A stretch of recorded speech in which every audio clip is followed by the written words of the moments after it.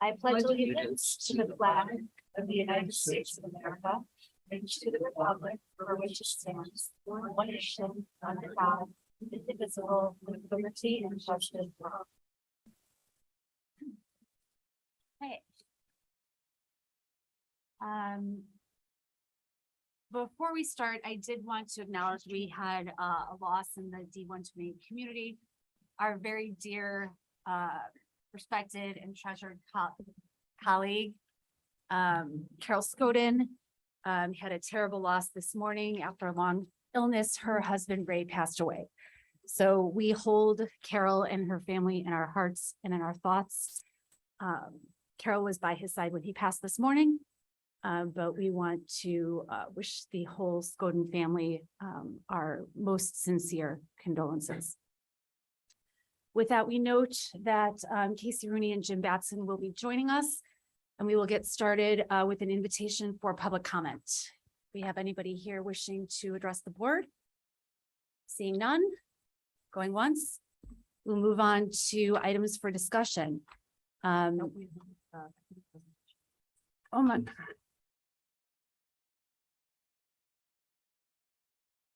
I do not, but we certainly. I'm on the wrong committee meeting. Yeah. Momentito. We are at the Program and Personnel Committee meeting, where we will begin with the Equity Inclusion Action Plan presentation. We invite everybody to the podium to address the board.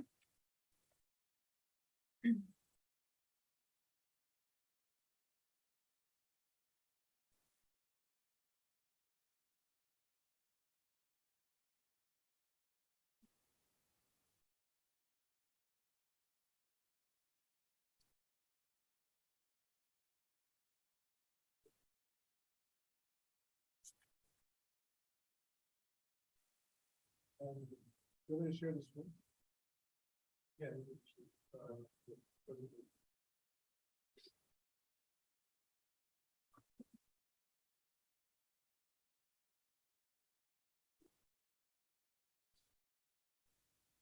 Well, good evening, everyone. I'm very proud to be here tonight to be one of the many presenters who will be sharing our action plan on equity and inclusion. And one of the reasons why I'm starting it off is because this is the third of 3 of our action plans.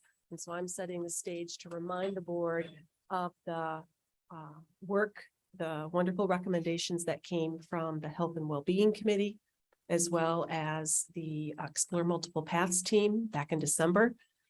Knowing that that would be too long of a meeting to do all 3 in one meeting, we said, let's carry over this particular presentation. So this is the third of our 3 action plans. And similar to the presentations in December, we'll be focusing on the objectives, the things that the teachers and staff and administrators on the teams felt were the most actionable things that we could do, and then also how we're going to measure them. We are continuing to refine the more minute and detailed action plans, and we'll continue to make those available to the board. But for tonight's presentation, we're focusing on the objectives, what we hope to do, and how we hope to measure its effectiveness. And so I'm going to turn it over for a little history lesson. Good evening. Dan, if you could go to the next slide. Thank you. So my name is Ann Singleton. I'm the equity coordinator here at LHS, and I'm also an English teacher. And I'm going to talk just a little bit, along with my colleague Tara, about our historical equity efforts. This timeline starts in 2019, but I do want to acknowledge the equity work has been happening in District 128 for many years before that. But as far as our timeline tonight, we started in with 2019, which is when equity work really became prioritized in District 128. That year, or that school year, school equity coordinators positions were established. The staff of color affinity groups were formed.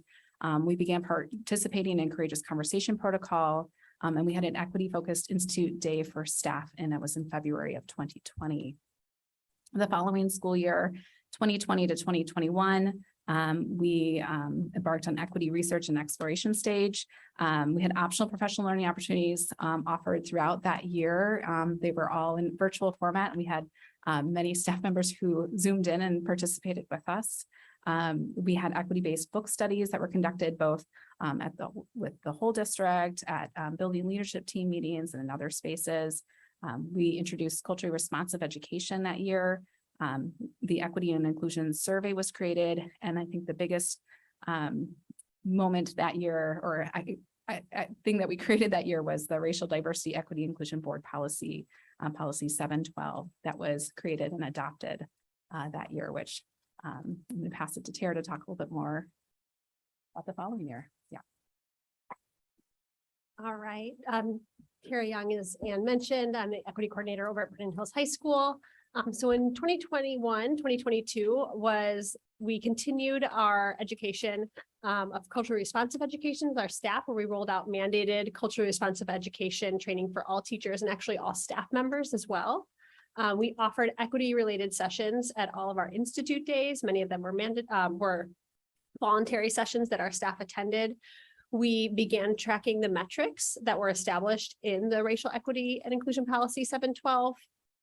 And then if you remember last year, we reported on and made action recommendations to the board for 4 of the commitments that our last year's district equity leadership team had identified as priorities.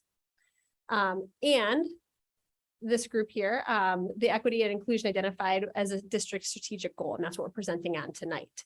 So this year, in 2022, 2023, we had the district director of equity and inclusion position established with the hiring of Mr. Barn. We hosted focus groups at both campuses and virtually for staff and students to help us develop our equity action plan. We gathered input from staff, again, through those focus groups and from staff surveys. And then we spent a lot of time this past fall establishing and developing the equity action plan that you are going to see tonight. And now I'm going to turn it over to Larry Barn. Good evening.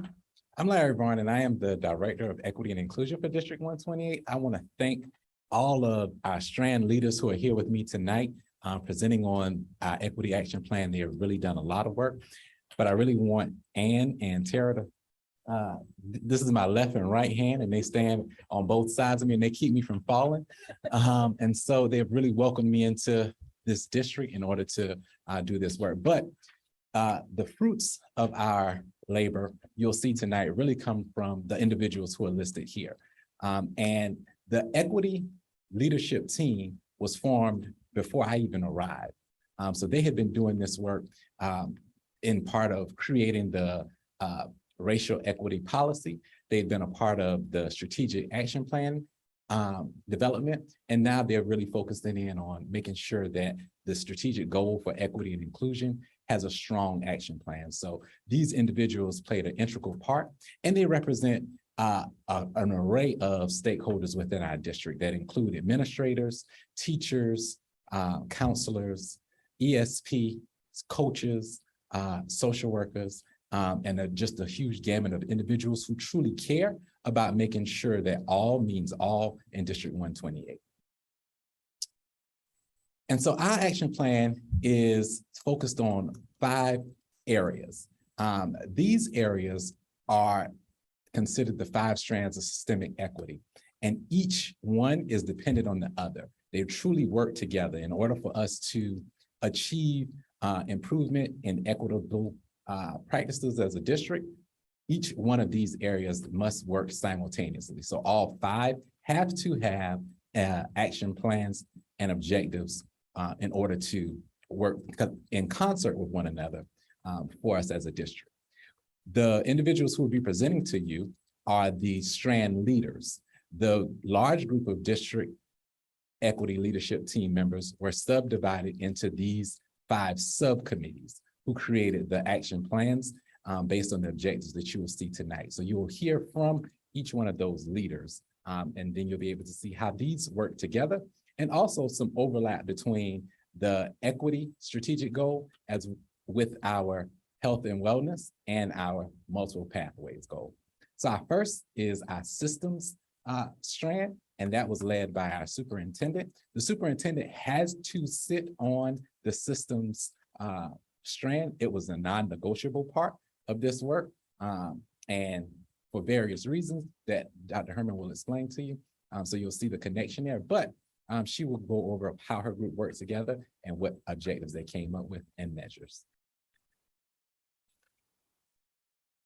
Thank you so much. And again, I would have volunteered to be in this position as the chair of this system strand had it not been recommended by our outside facilitator, Dr. Yvette Duglier. So that's part of when she partners with a district, there's things that she knows really help a team function really well and to make sure it goes from ideas to implementation.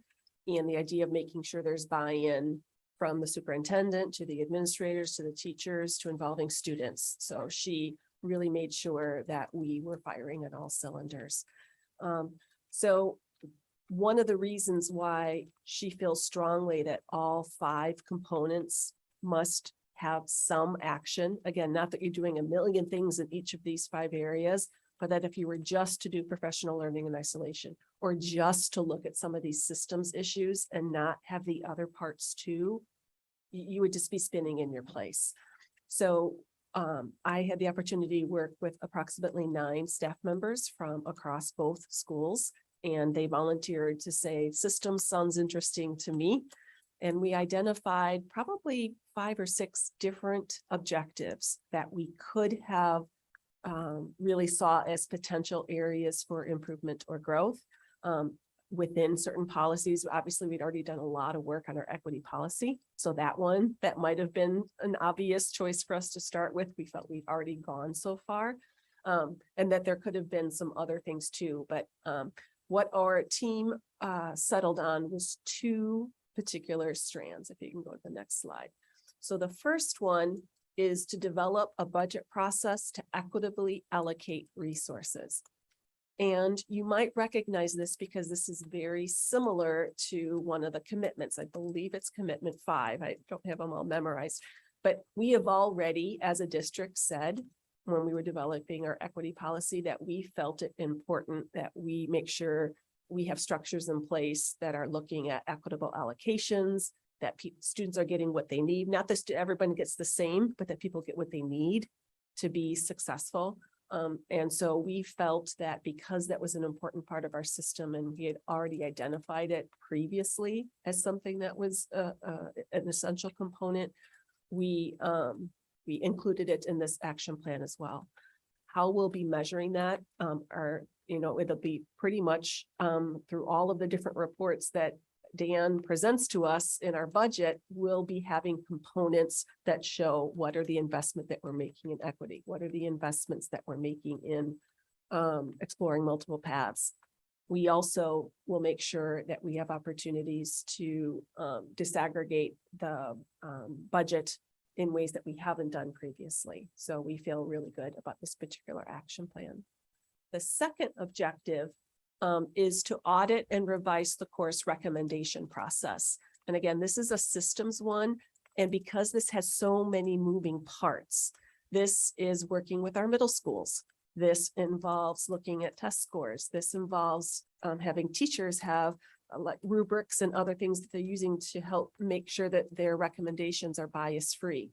So this was one that we thought would have a big impact on our students, especially remembering the data we looked at last spring that looked at the disproportionality of some of our students in our striving learners courses and some of the other things. So based on our achievement gap and some of the enrollment patterns, we felt that systemically looking at what data are we using and what processes are we using to make sure kids are being placed in the most rigorous learning environment possible, and that we're setting them up for success. This also happens to correspond with the Accelerated Placement Act.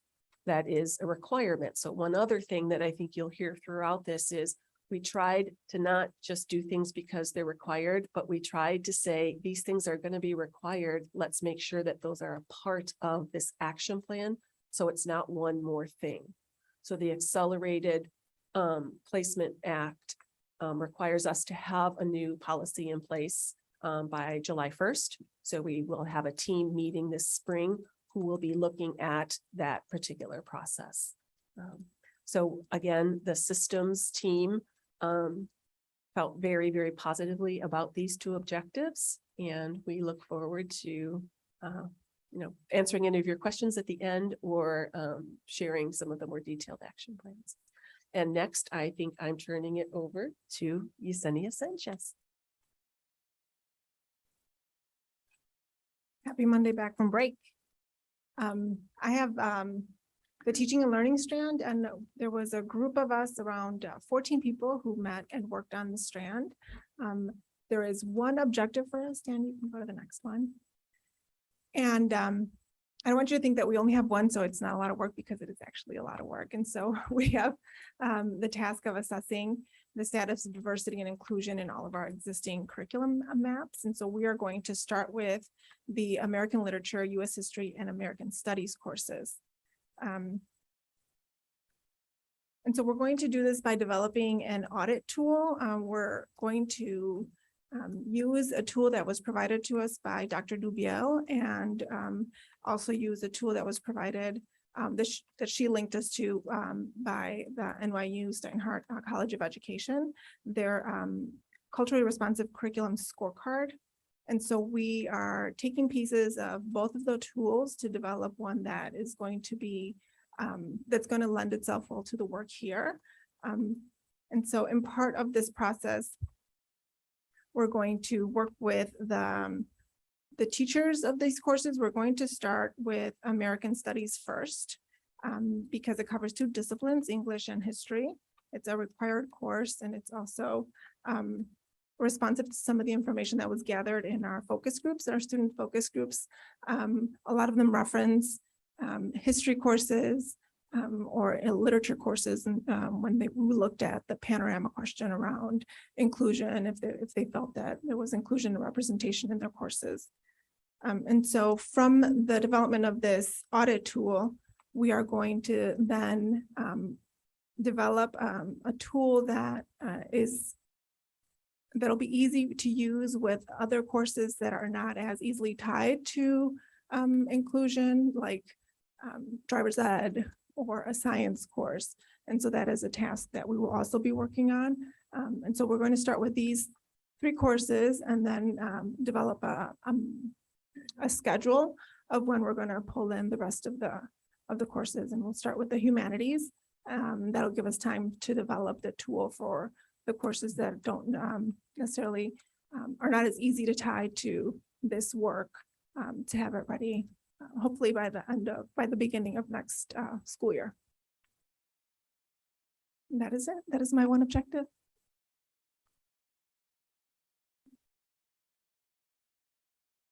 The strand leader for Student Voice, Culture, and Climate is Dr. Ellis Bowen, and she was unable to be here tonight, but I will share the work of her strand this evening. And so their objective that came out of it, there was a lot of overlap with this group between the work that this strand, Student Voice, Culture, and Climate, wanted to do and what the strategic goal of health and well-being was going to do.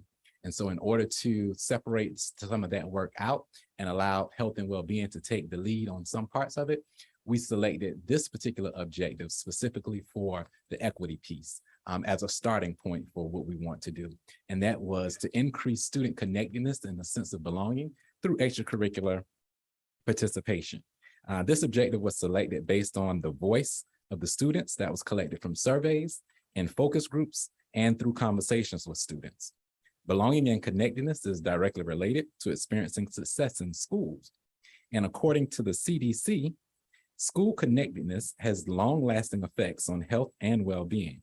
Youth who feel connected at school are significantly less likely to experience health risks related to sexual health, substance abuse, violence, and mental health in adulthood.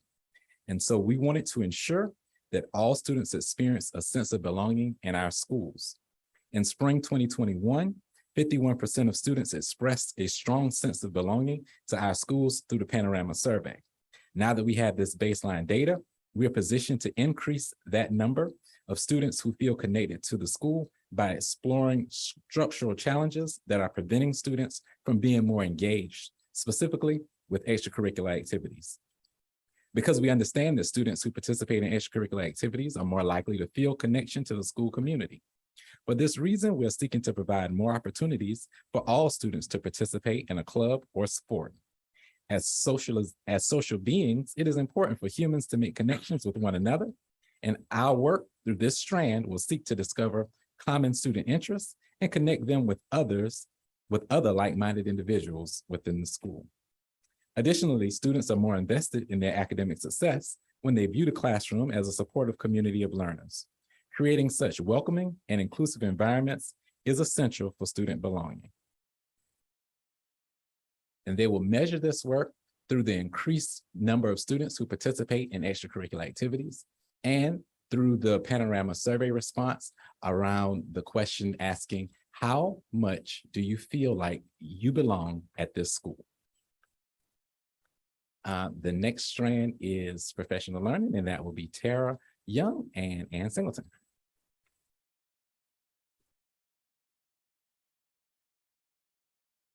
Hi again. So we had a team of both teachers and administrators that were part of our professional learning group that we worked on 2 objectives. And I'm here to talk about the first one, and then Tara will talk about the second one. So our first one, the objective is to develop a continuum of systemic learning for all staff on equity and related paradigms. And we picked this because we know that research shows that one and done professional learning doesn't result in long-term change or growth. And Tara and I have had a lot of experience providing equity professional learning. And oftentimes in the feedback that we receive from staff who attended, they're like, okay, what's next? And we're like, right, we got to figure that out.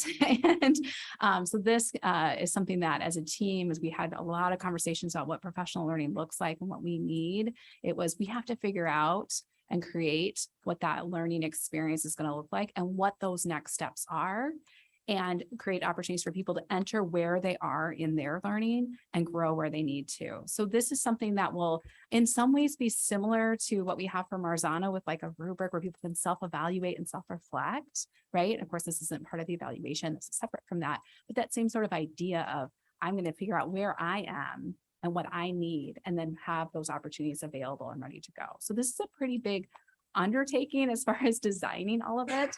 Our first steps really focus on just finding out what are other districts and organizations and businesses, what are they doing and how do they do their equity learning, and what can we create that'll work best to meet the needs of all of our staff, because that's one of the other challenges that we talked a lot about is sometimes our professional learning is really focused on just classroom teachers. So how do we make sure that it works for all of our staff members from our ESP who have so many important moments with students and situations all the way through building leadership and district leadership. So with this continuum, our measures to see if we've gotten there, our rubric to measure knowledge and implementation of those equity practices, observation data to continuously track implementation of equitable practices in classes, and a system to monitor staff growth along the equity and inclusion continuum. So ultimately, we hope to have that rubric and then all of the materials ready to go. So that way, by the time we're done, we're ready to launch into some really meaningful professional learning where staff have opportunities to choose and figure out where they fit best, and then grow from there, which in turn will then benefit all of our students. So I'm going to pass it over to Tara to talk about our other objective. So the Equity Action Plan is an 18-month plan, and developing our equity professional learning continuum will take the next 18 months. Like Ann said, that's a really big undertaking to develop this continuum. One thing we heard from our student focus groups and our staff focus groups over and over again is that staff and students are experiencing identity-based microaggressions in our building right now, in the hallways, sometimes in the classrooms, in the locker rooms, on the playing fields. And that came through loud and clear to us. And so we felt as a team that there was a sense of urgency there. We didn't feel like we could wait for 18 months while this continuum was developed before implementing some sort of professional learning right now to address the microaggressions that our staff and students are experiencing, specifically our historically marginalized groups.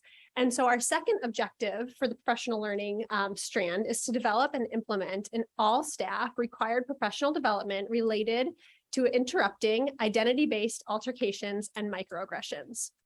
And so the exciting part of this particular objective is that we already have that in the works. So for our February Institute Day, Mr. Varn and Dr. Yvette Dubiel are going to be co-creating a session about how to identify, interrupt, and then repair the damage done from microaggressions that all staff will be receiving. We recognize, again, as Anne was saying, that we can't have professional learning in isolation. That's not what research supports. So whilst all staff will be getting that professional learning on microaggressions, that learning will also be then enveloped into the continuum that we are developing. So all new staff, when we go through the onboarding process, will receive that professional learning. The measures that we'll be using to make sure that we are achieving this objective is that we'll be ensuring that there's a common learning experience related to equity for all staff. And we'll also be looking for evidence of school-wide implementation of equity practices through decreased reports of unaddressed negative identity-based exchanges. So we are very excited that we get to kind of hit the ground running with this objective very soon. And now I am going to be handing it over to Mary, who will be talking about Thank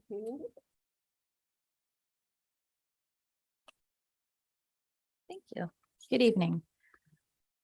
Strand 5 is looking at family and community as agency. And the first step of our group's work was to look at our recent panorama survey data, which showed us that unrepresented parents do not feel as connected or engaged in our school community. And because all voices matter in District 128, we plan to make connections happen and make all parents feel heard. Starting with listening tours, which were sort of like focus groups, but what we want to do is go out into the community and meet the parents where they are. Whether it's churches, libraries, community centers, even Zoom meetings, if that were the case. We want to learn what they would like to experience and how they would like to be connected to their students' school. We want to know what they feel their barriers are. And we also want to know how we can help them learn to support their students at home and at school. So as you see there, I've already stated our objective is to communicate with the underrepresented families, and our measure will be increasing our engagement with them. And we will be training staff members to do their part on the listening tours, going out in the community and then looking at those responses that we receive. We will have translation available if that were needed in some instances. And we will also be looking at all underrepresented groups, and that could include parents of special education students, parents of LGBTQ+ students, anyone that is not normally engaged fully with our district. And I'm going to turn it over to Larry again.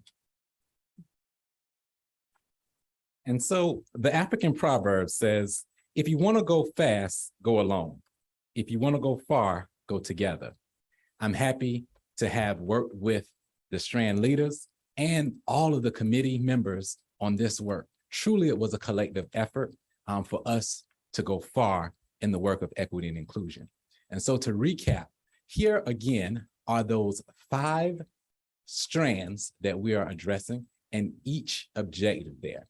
So in isolation, it may seem like one strand is working on 1 or 2 things, but in its totality, there are a number of initiatives happening related to equity and inclusion, all working together in order to make sure that District 128 is an equitable and inclusive environment for our staff and students. And like Ann and Tara said earlier, this is not new for us.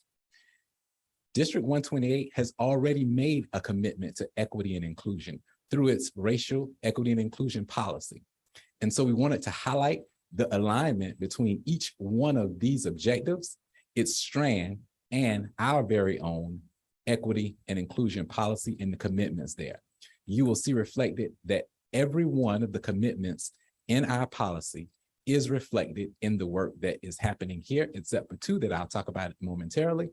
But the policy served as the foundation for the work that was to come out of this particular committee. And that could not have happened had it not been for the support and foresight of this board and this community. And so the two that are not there are commitment two, which is related to diverse staffing. But even though it's not necessarily in this particular plan, Bryant Kelly is working very tirelessly to make sure that we are looking at how we are recruiting and bringing in candidates of various diversity for our district. And the other that's not listed there is the one related to equity personnel. And that is a reflection of my position as well as the building equity coordinators. And we're using this year as a baseline to see how our work impacts teachers and students for our buildings to determine how to maximize those efforts. We thank you very much for your time, and we look forward to the implementation of this action plan as we continue to support the strategic plan for all of District 128. Thank you.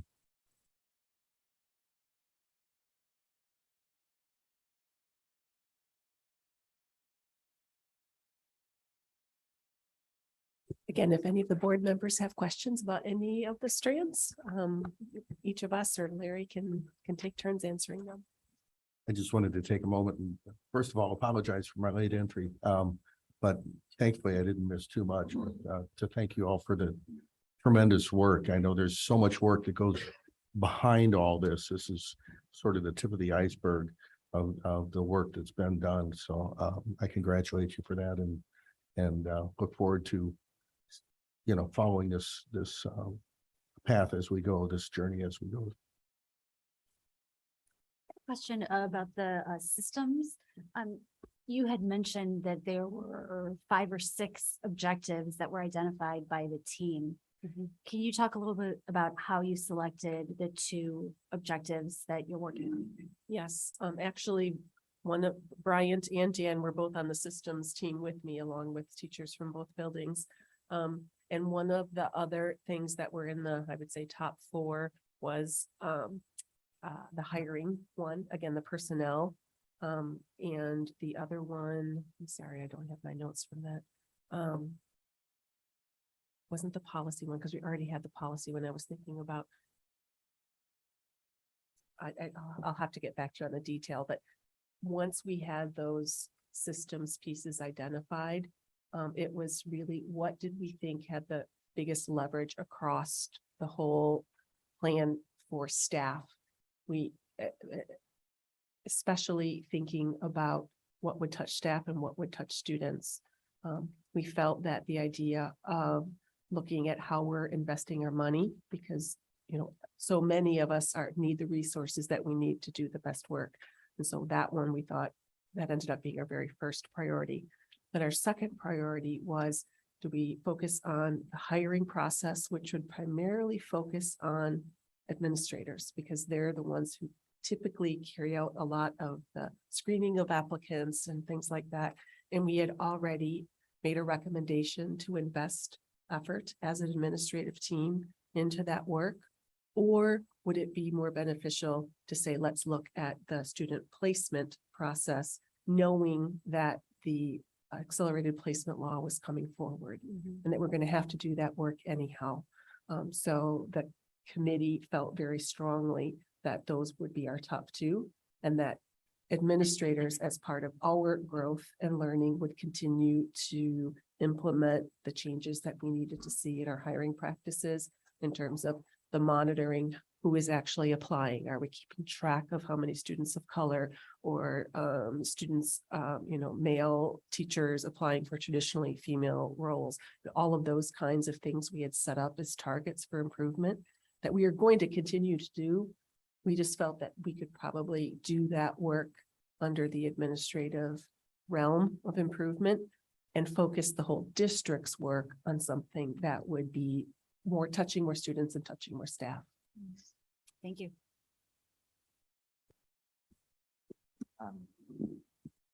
I have a comment and a question. So the comment is, this is very well put together. It's a good job. I particularly liked the number 5 to sort of round it out, because when you sort of take care of the whole student, you're looking at all angles of what that student needs. So that was my personal favorite. I do have a question on the systems area, and this has been coming to my mind as we've thought through like the striving learners also. Is what can we do to have our incoming freshman class better prepared? Because you're sometimes catching students maybe at the 9th grade level that have already gotten behind, and then you're trying to play catch up with them. Is there anything that you could do with better partnership with the feeder schools so you can find these students earlier and Well, give them a leg up? I think that what we're hoping for, Yesenia and some of the department leads and assistant principals are really focusing on that work this spring, because we have to have the recommendation ready. But the leadership in terms of assistant principals and principals at the middle schools that feed into us are very eager to strengthen the partnership that we have with them right now. An example, the Accelerated Placement Act requires us to use nationally normed data to make our recommendations for students. Well, we would then be meeting with the middle school to say, which data are you already doing, or what can we do to get ready for that? Is there something all of the 7th graders or 8th graders could do that we feel is really valid, that is not just for high school placement, but also would be informing them during middle school on who needs interventions? So identification of which metrics we're going to be using in the Accelerated Placement Act will be one step in that direction, and that's going to be very collaborative with our middle schools. Then we'll need to be doing the same thing. So if we have freshmen who are going to be recommended for their classes for their sophomore year, what data are we going to use during their freshman year that's going to be helpful in making placement recommendations for the following year? So it's going to help us identify the kind of measures we need to be tracking student progress. So it's not just thinking about placement. It's really, how can we know where students really know what they can know and be able to do, so that we then can match the curriculum or fill the gaps in so that they are prepared to be successful in the most rigorous classes. And so you're right, this is an opportunity for really strong partnerships with the middle school. And they also, it's so funny that you asked that, because over winter break, I was emailing with several of them, and they, both District 70 and 68 are looking at this spring doing a process of almost portrait of a graduate, or how to measure the whole child is what 73 is. And I said, we'll be at the table right there with you, because we want to know how you think you want to measure those things, because we can then dovetail off of that and make sure when we talk about how are we knowing which students have a really strong self-efficacy and strong well-being, and which ones have some areas of deficit. And so we're not waiting for them to fail 9th grade year. They're coming to us with very polished ways of us knowing what the middle school knows about their needs and about what works for them. So I actually think this is going to be a pretty important piece of work that we're taking on. Thank you. I have a question. So I very much appreciate the information that was outlined here for this plan. And I guess as a board member, I see the objective and the measure, but I really want to know what's next and the methods and strategies by which we get there. And so I guess my question is, when do we get to see that? I place a lot of value on the house. And I noticed when I was previewing this presentation earlier this weekend, I kept coming back to that. well, how do we increase student participation in extracurricular activities? What is kind of the middle of the sandwich, I suppose, in this process? So I would be really eager to hear those very specific plans and methods by which we hope to accomplish those objectives. And I don't know if that's within the scope of our responsibility as board members, or if that's an expectation that we would be able to set. But I mean, as a board member individually, I want to be all in on this and support, what this committee is working toward, and additionally be ready to back that up with any votes that come with that, or any funds that need to be secured to accomplish those objectives. And for me, I really would like to see those specifics of methodology when you're able to produce that for us. What was presented tonight is the objectives, and the objectives really are the what we're going to do. What is also in our plan are the tasks, and the tasks get to the how we're going to do it. And it really outlines step by step. It is a very detailed document from A to Z, and sometimes even repeating through that alphabet again to get to those tasks. Along with that, and we whenever Dr. Herman would like, we can share that with you all. It will include our goal start and completion dates.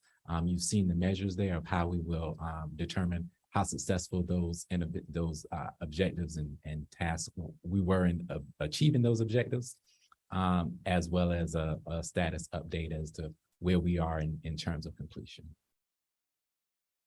Again, I think as we're delivering the third of the 3 action plans, one of the things that we're realizing is by giving the measures, the measures, which again, accountability is one really important thing the board is responsible for. So making sure that we have identified ways that we can report to you on progress and some of the key things that the committees have been recommending. There are pages of action plans that we have not shared with you, wanting to get feedback on this first, but also realizing we need an in-between. We have this sort of 30,000 foot, here's the big ideas, we're trying to have it be so that it's more balanced and not too much work in any one of the 3 areas. But we also know in order to get the work done, we have it mapped down to tasks, and it's about a 30 or 40 page spreadsheet right now. We have those 2 things. We need a middle one. And actually, Yesenia and Larry and Aman and I were talking about that. And that's one of the hardest things to author, is that sweet spot of here's enough information where in general what's going to be happening without all of the details of things like that. But we also want to foreshadow for you any of the expenses in terms of things that are going to be coming forward that would cost money. And it will be our job between now and when we're able to get that sort of Goldilocks thing to make sure that that's very explicit to all of you. We see the need for that, not just for the board members, but for staff, for staff members who are interested in this, but who did not participate, let's say, on this. They want to know what that middle ground is. I don't want all of the details, but I want something more than what we've captured here. So we are acutely aware of the need for that as a communication tool, and we'll be working on that next. Thank you. And if I could just jump in, I think one of the things that's going to be important, and I'm glad that the strand leaders are here to hear this, the board has to look at the expenses for the whole strategic plan before we start approving expenses for individual things.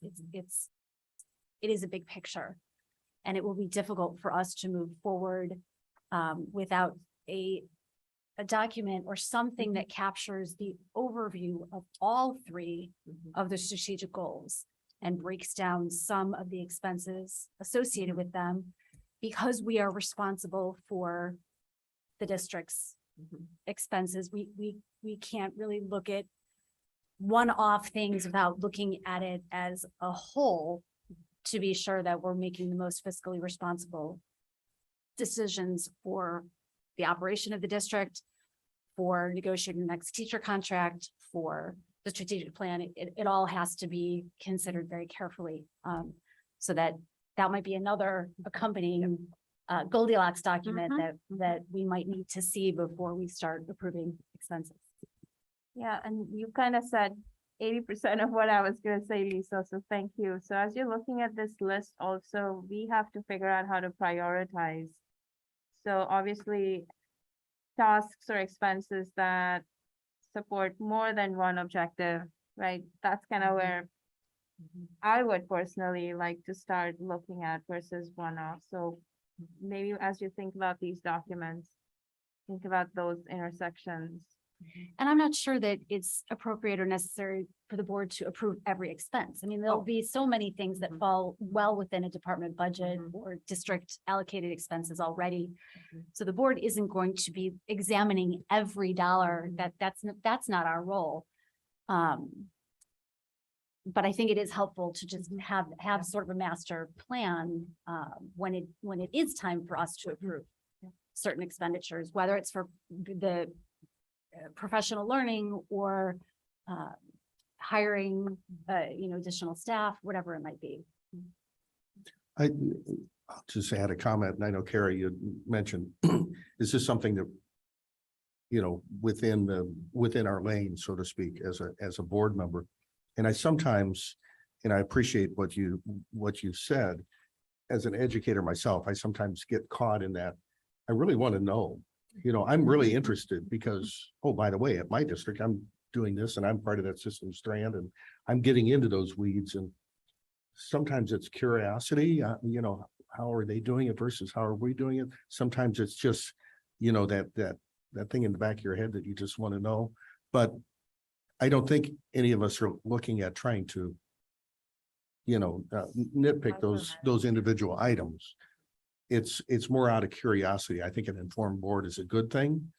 As long as we, don't get in your way and make sure that those things continue to move and you're not restrained in any way by what we say. The other thing that I know about this particular process is those tasks sometimes morph a little bit. You get down one path and you realize, oh, I can do this even better this way or that way. So you run the risk of getting too much detail and then it's documented and then it's, why is this different later? You need the ability to do what you need to do to get the objective completed, to get the measurements done. So I do like, Denise, your thought of having some kind of middle ground without all the minute details, but something that sort of describes what's behind these, how for these objectives instead of, now in the what of the objectives, rather than at this 30,000 foot view. But yeah, I don't know if that's. When I was reading through it, the best way I can think of it is the objective and the measure paints the picture, but the tasks bring it to life. And I could not imagine what this is going to look like. I got the picture, but I want to see what I want to see it come to life, and not all the tasks, just something to illustrate how this kind of works. Well, So- and to amplify one of Kara's points, I think it's not because we want to suggest how it comes to life or approve how it comes to life. I think there is some curiosity, especially on the part of our educators on the board, but more importantly, we want to be able to support and advocate out in the community for the work that's being done. So to the extent that we can have some of those colors filled in, it does, as Kara said, bring it to life so that we can provide that essential support as we sort of move through discussions with other community members, parents, neighbors. I had a question about professional learning, if I wasn't interrupting. If I can just add to that. Please. I think this is something as a district that we're all working toward, that is going to be something we're just hopefully very proud of in the future. And very much like you just said, Lisa, this isn't about like micromanaging the minutia or the details. You are the experts, and we're so lucky to have you as those experts in implementation. I think it truly comes from being an informed board, and to be able at some point to kind of shout it from the rooftops, like, this is what we do. and we happen to do it very well, and we're proud and we want to share. Not to mention, it's completely exciting. As an educator myself, I'm nerding out a little bit about it. So, right, I want to know. But yes, it all comes from the best of places in terms of what we'd love to hear. So my question about professional learning, I think about the teachers and everything that's on their plate. And we're moving from a voluntary learning situation to a mandatory learning situation. And I'm concerned and would like to hear your thoughts on managing that transition from voluntary to mandatory. That was one of the questions I wanted to ask. So, thank you. Thank you for amplifying. As a classroom teacher, I so appreciate that question too, because I at times feel overwhelmed with everything, because I want to be the absolute best teacher I can be for my students every single day. Like this morning was awesome seeing my students. So one reason that we are taking 18 months to develop the continuum is to have the time to figure out all of the logistics and to hopefully give some time to figure out how is professional learning going to work overall in our district. So I've been here since 2006. It's a lot of years. I don't want to count. And I think one of the things that I've seen change over time is the addition of PLCs and the addition of instructional coaches.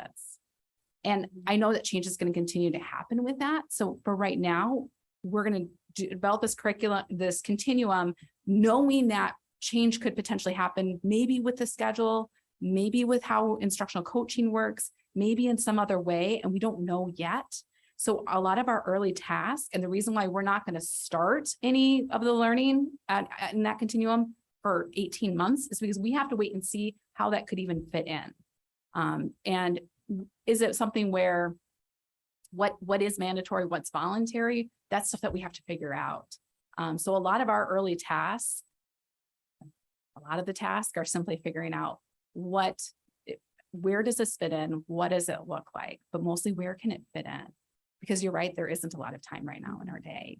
But there's so many staff members who want to learn. Sure. And so it's that challenge of where do we find that time? And that's been a big question too. And it's also like, ever since we became admin coordinators, I feel like we're constantly calling dibs on different institute days. Like, please, can we get a half hour? And the district's been very receptive to that and giving us time on those days. But I think, and I know the teachers have really packed those sessions with the voluntary sessions at the institute days on equity have been standing room only. There've been teachers spilling out into the hallway, I know, for some of those sessions. For our student panels, especially.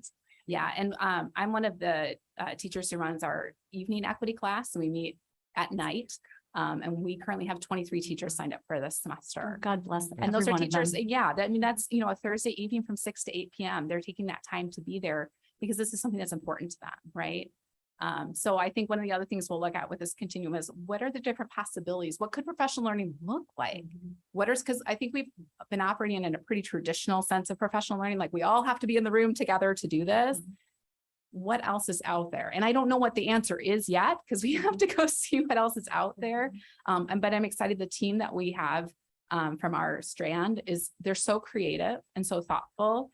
And some of them are full-time teachers on that strand because I teach 3 classes and I have my equity time with that. So I'm grateful to have some other educators in there who are in classes 5 periods a day and can speak to, and in different departments who can speak to like, here's what time could look like for me. And here's what the possibilities are. So, but it's definitely something that one of our first tasks is really looking at logistics and time. Yeah. Yeah. And I hope that everybody involved in that work knows that we are very, very much paying attention to how that affects teachers. Yeah. Tara, did you have anything you wanted to add to that? Because I have a follow-up question. That was wonderful. Mhm. I was just Then- gonna echo that the first 2, if you look at our task list that Larry had described, the first 2 tasks are to investigate logistical barriers that exist to professional learning and mindset barriers that exist to equity-related professional learning. And so we have to research and do our work there first before we can create any meaningful, long-lasting equity continuum. So I think our team is just really excited to dig in to to some of these problems that exist and try and find creative, innovative solutions. Quick follow-up. I know that new teachers are coming out with some culturally responsive teaching and leading standards. Will the professional learning that's being developed over the next 18 months align with any of that so that our veteran teachers are sort of on the same page as the new teachers with that work? Yeah, I don't know, Denise, if you can speak to this a little bit, but I know that there are the culturally responsive teaching and learning standards that are coming out, and there's also mandates coming out by the state as related to equity. So all of those things would be embedded within the equity continuum that we create to make sure that all staff, new staff and old staff, have access to that learning. Right. You said old staff, we're not gonna. No, we're sorry. not, we're not gonna. Seasoned veteran Veteran, staff. yes, yeah. Thank you. I think the requirement that you're referring to is the standards that all of our teacher preparation programs in Illinois must include. Yes. So we know that students coming out of those programs have had that experience.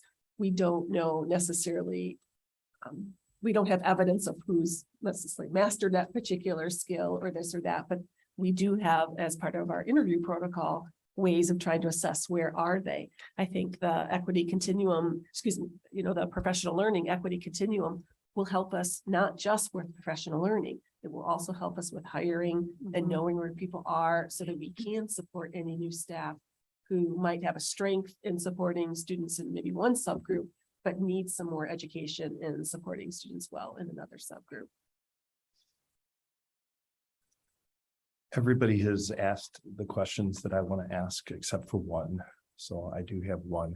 First, I'd like to say thank you to the teachers that are here. I appreciate both the teachers that are watching this happen, as well as the teachers that are helping this happen. So, and I'd like to thank my colleagues for the thoughtful questions that you have, because you stole everything from me. I was going to prove how smart I was asking all these great questions, but Policies coming up. You yeah. have- Oh, policies coming up. Hold on. The only question that I have is, this might be more for the board than it is for all of you, but it's relevant. And that is that in our policy 712, our equity policy, it says that the board will also be trained.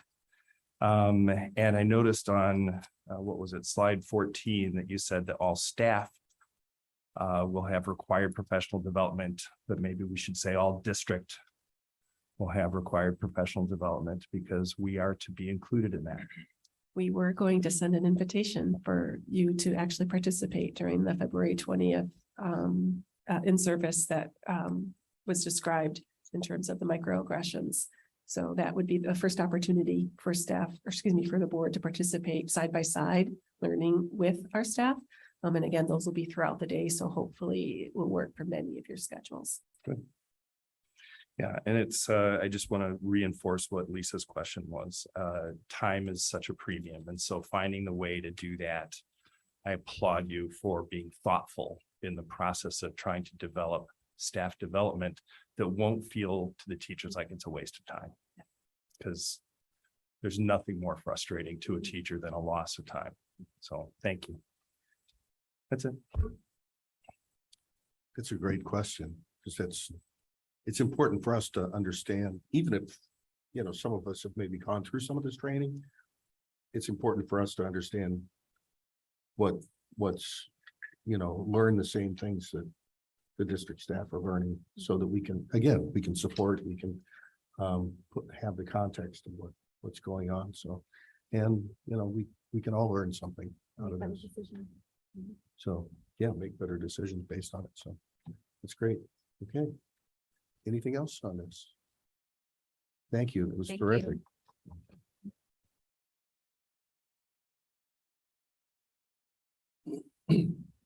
Okay. Now we're coming up on Don's favorite part. No pressure. Don. Next on the agenda is board policies. The first set, this is actually the second reading for the first set. So these are the ones that we reviewed last month and quote adopted for our first reading in December. Is there any further things, Don, that you found? Or anyone else for that? So matter? real quick, the update on 5120, there was a quick update. You'll see that in red. There's just, we crossed out if any, because we do have a website. And then Dr. Herman alluded to our Institute Day in February. And policy 5120. A lot of the changes is from Faith's law. And so requirement 2 is that our staff will be trained on Faith's law. And so we'll have our school board attorneys, Himes, Petreka, and Fester will be presenting to our staff on Faith's law during that time. So that'll be one of the required times during the Institute Day. So I wanted to kind of point that out as we're updating 5120, that we are following that, and our staff will be receiving training during that Institute Day. Okay. Does Great. the policy say anything about the board having to be trained? I don't think this one is, I gotta go back and look where I don't think so. either. your training is covered. For which? For Faith's law?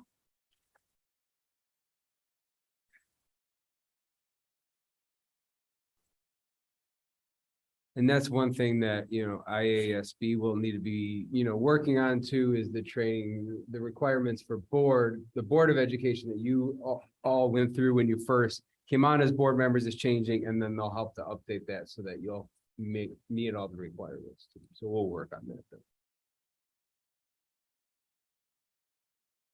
Okay. So these, again, were second reading this Mhm. page. So any other updates or comments on those? Okay, we can get past those. Now, section 6 and 7, board policies. This will be for the first reading for this month, so. And another question that came up, I think, Kara, you brought it up regarding cross-reference to 712.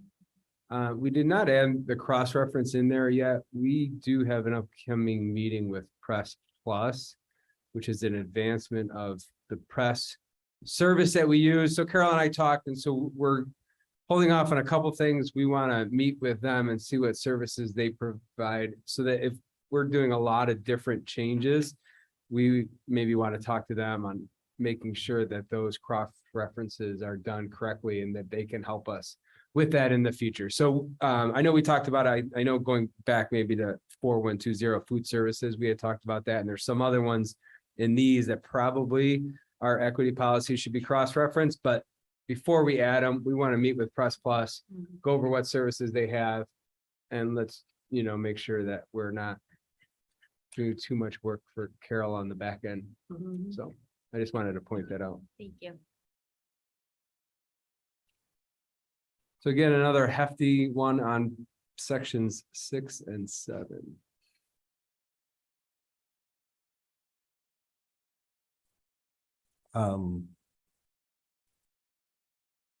Do we want, excuse me, do we want to go through these individually, or do I see Don chomping at the bit? You want to, I have a record. So I did have the explanation in there. That first document was the explanation of each of them. If we want to go through. If there's any. I just have a couple of questions about specific policies. Sure. I don't need to go through all of them. Okay. But I also don't have to be first. I'm willing to be. I like it when you go first, Don. Yeah, could you catch all? Okay, so policy 650 school wellness. Yep. Isn't it interesting that we received letters about the cafeteria? 650 addresses health and wellness, and I was a little surprised. So that's just a general comment about that policy. Are we adhering to that policy based on the questions that we have received, both from the students who wrote to the board recently, as well as our own student board reps who at our last meeting mentioned something. So that really is just a question of whether or not we're following policy as opposed to a change in this particular policy. Policy 660, unless you wanted any conversation on that. No, okay. 660 curriculum content. It lists A through J, vocational education. Should we have career technical ed as part of that as opposed to vocational education? Should we? That's a semantic question more than anything else, because we do have, we have now a computer science requirement, and that's a CTE requirement. So I'm just wondering if we shouldn't have either an A through K that indicates that we're going to have some sort of career technical ed component to the Well, things just that we for will the teach. non-educators in the room, are those two terms interchangeable? Do they mean the same thing? That might be what I'm asking. Right. That's what I'm going to look up here. I mean, this language came from press, so it might Right. be what press refers to, but I would say the more current Yeah. is career and technical education rather Right. than vocational education. I think it makes broader more sense term. based on what we do. So perhaps we can look into what that is, A through J, or adding a K that says CTE. And to your point, I think it's broader term as well. So it includes. So I wonder if In in my your mind. meeting with Press Plus, you could ask, and maybe they just haven't considered updating that terminology to be broader and more in line with what districts are calling that type of coursework. Yeah, I'm looking in their current. I mean, it could also be the state that is Yeah. not having it Sure. updated quickly enough because the state still uses F foreign language when the more accepted term is world language. Right. But that is still how the state refers to it. So do you have any thoughts about, I mean, yes, we want to be in line with press, but these are our policies. Right. And if Right. I'm not comfortable sticking Mm-hmm. with foreign languages when we know it's world languages. Right. Yep. And we have every right to do that. Mhm. We adopt a policy. I think maybe those things again are sort of a press plus kind of question as to how deep do we get into these very specific terms in so many policies and maintaining those and Right, I mean, I don't want to get too Yeah. into the weeds, but at the same time, this reflects our, this is our policy. this is This what we our believe. policy. This is our district philosophy, and this is what we are using to guide our work. And as a board, we do have the discretion to say, that's not the term we use Right. in this district. I agree. I'd be okay changing those. We can definitely look more into the vocational ed versus CTE in terms of if there are any distinctions between ISBE, but then we can also, once we have that answer, do the search all and replace. Sure, thank you. Okay, and then also in 660, item 9 says in all schools, health education must be stressed, including.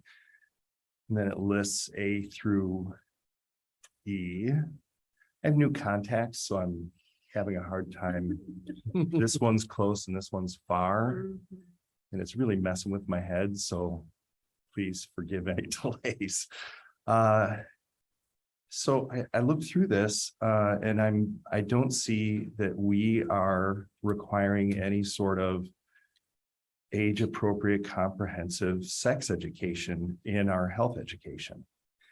Now, I assume that we are teaching sex education in our health education. And so I thought I'd do some poking around and see if I could find something. I had a feeling you'd say that. And did you know that Jasmine Lafita last year wrote an article in Drops of Ink regarding sex education in our schools and how woefully short of the market is in terms of what should be and what is taught?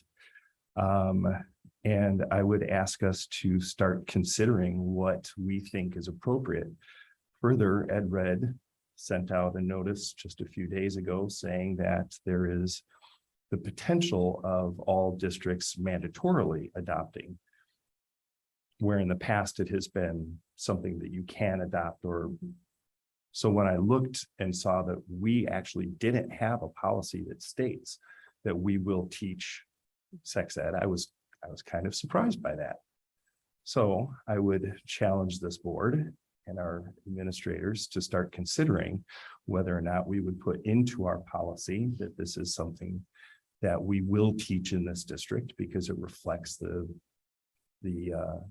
values of our community. Our community does want our kids to know about their own health. And I think that that should be reflected in our policy. Anyway, the Drops of Ink article is a good read. So go back and find it. It was March 30th of 2021. And kudos to her. But I'd be interested to hear what either my other board members or the administrators here think. Are Well, you, oh, Go ahead, go are ahead. you looking for policy that's just more specific? Yeah. Outlining curriculum? Yeah, saying an age-appropriate sexual health curriculum. Because right now, if you search our website for mentions of sex, there are 37 references to sexual assault or sex crime. And there are no mentions for sexual health, which I think is problematic. We're willing to study what's wrong, but not what's right. Well, and I'm curious if curricularly that is happening and maybe it's just not reflected in policy. Right. Yeah, to the extent that, maybe this article reflects how well or how not well we're accomplishing that. But to your point, I agree with your point that it should be, if we're doing that, it should be in policy. That's part of our role as a board. I wonder though, because of the how quickly that the EdRed thing, the bill will come up.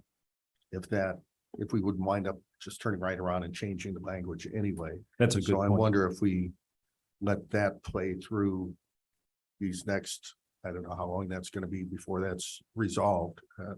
But to let that work its way through and then have the language in here reflected that actually reflects the requirement, the assumed requirement that we will have.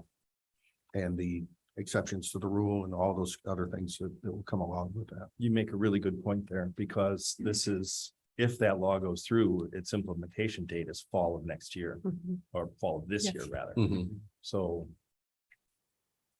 Yeah, it's a yes, really quick maybe we turnaround. should just hold off on it until the state makes a decision. Well, I think we can start on our end investigating. I know from speaking with the physical welfare department supervisors, now department chairs.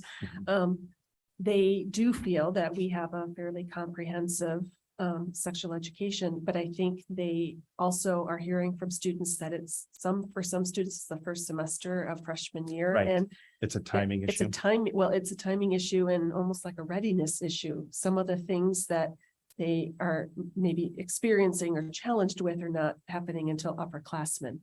And Right. so I think some of the students have talked about almost like a health A and a health B and, maybe integrating it more or something like that, because your needs for understanding your body change as you go from being a freshman to a senior. Right. So.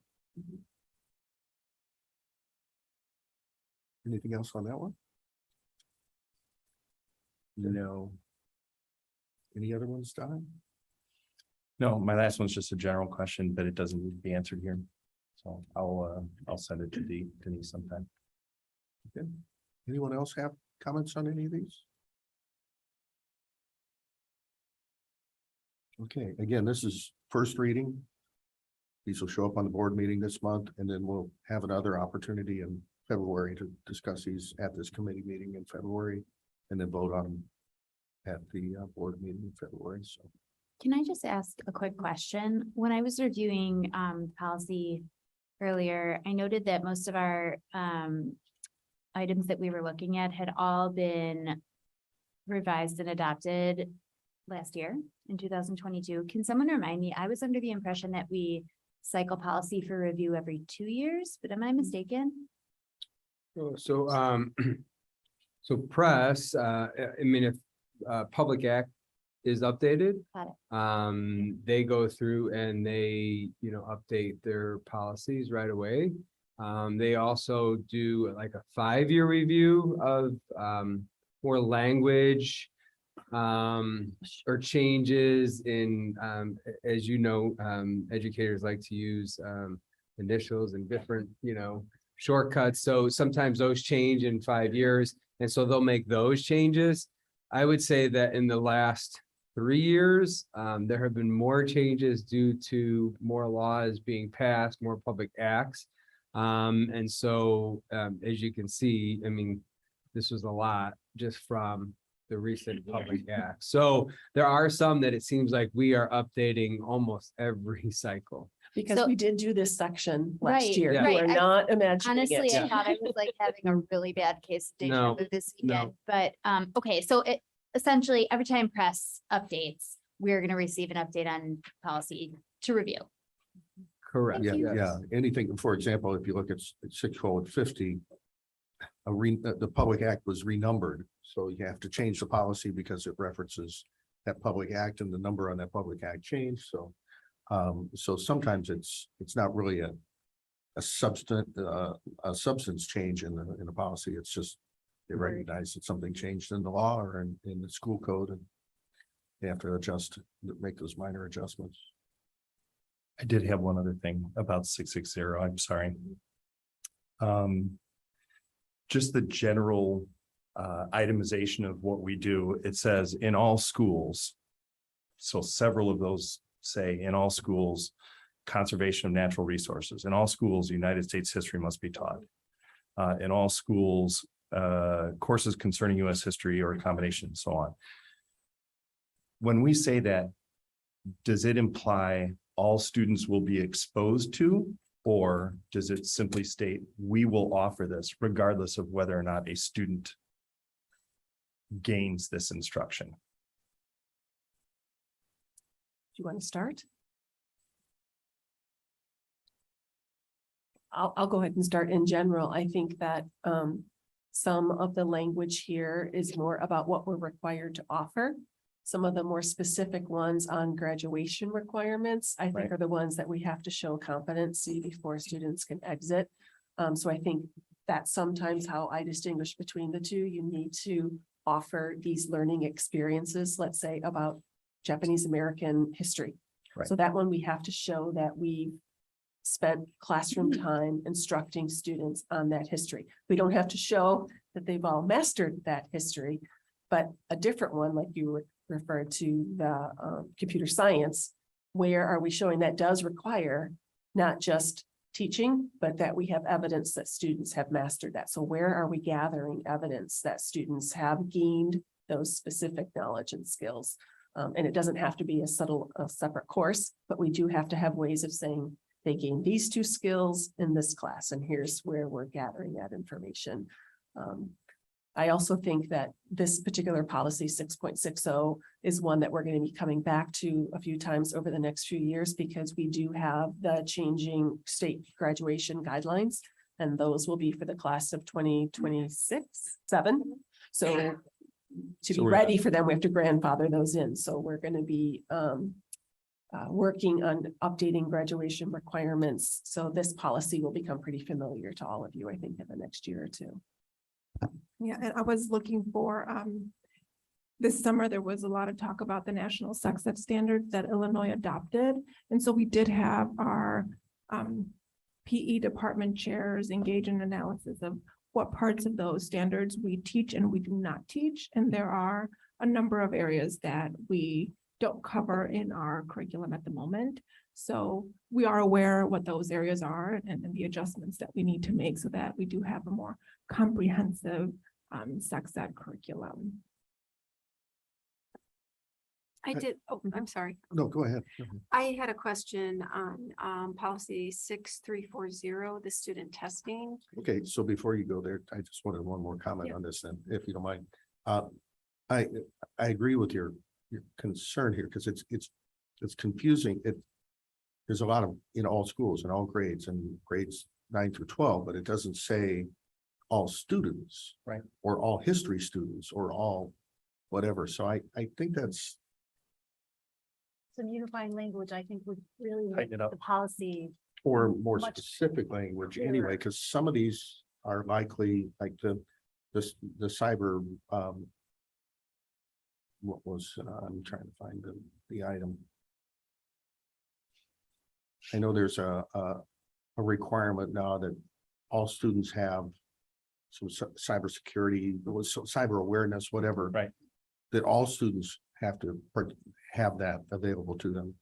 And in other cases, you just have to have a course or a particular item available, but not necessarily all students take it. So I think Maybe we could separate it, like these are the things that all students do. These are the things that we are required to offer, and students may engage in the. yeah, required to offer versus required to take, it's kind of thing. So I agree. I think it's a little confusing at times. So. Well, you also though have the graduation requirements that are included, in which policy, so then if you go to, graduation requirements in 6-300, so then you have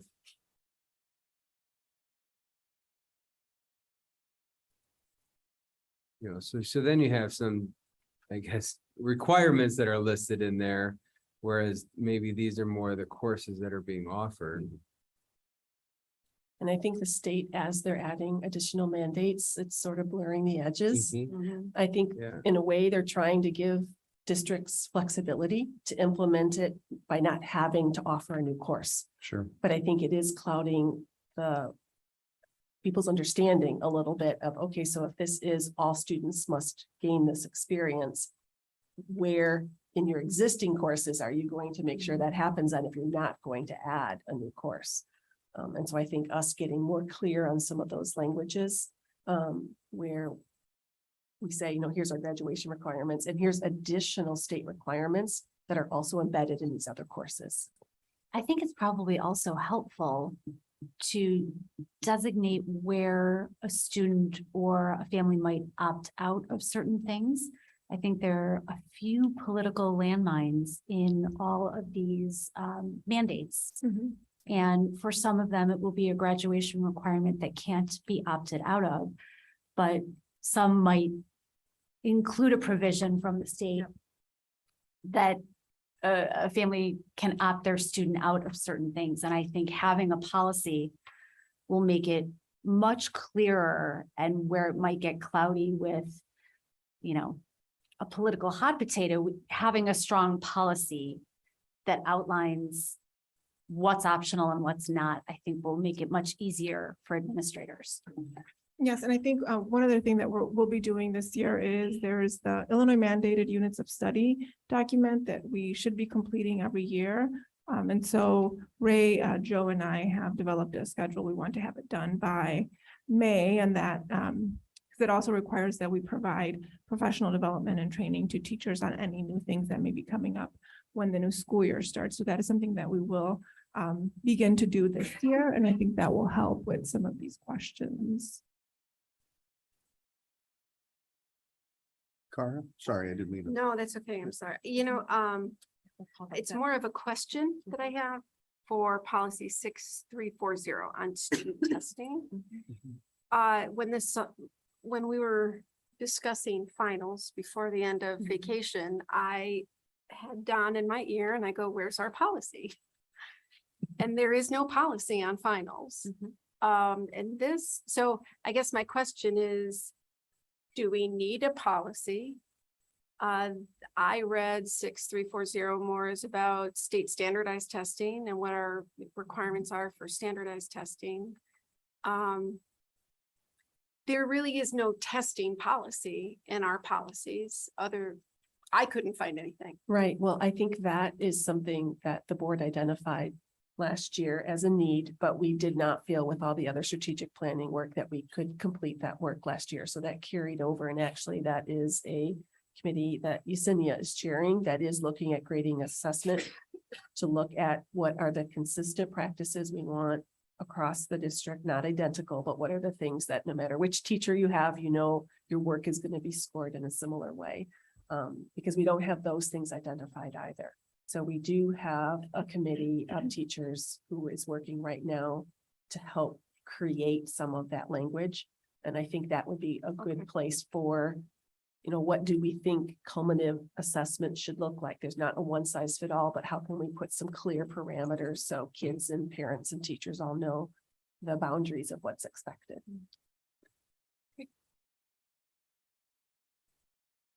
Okay.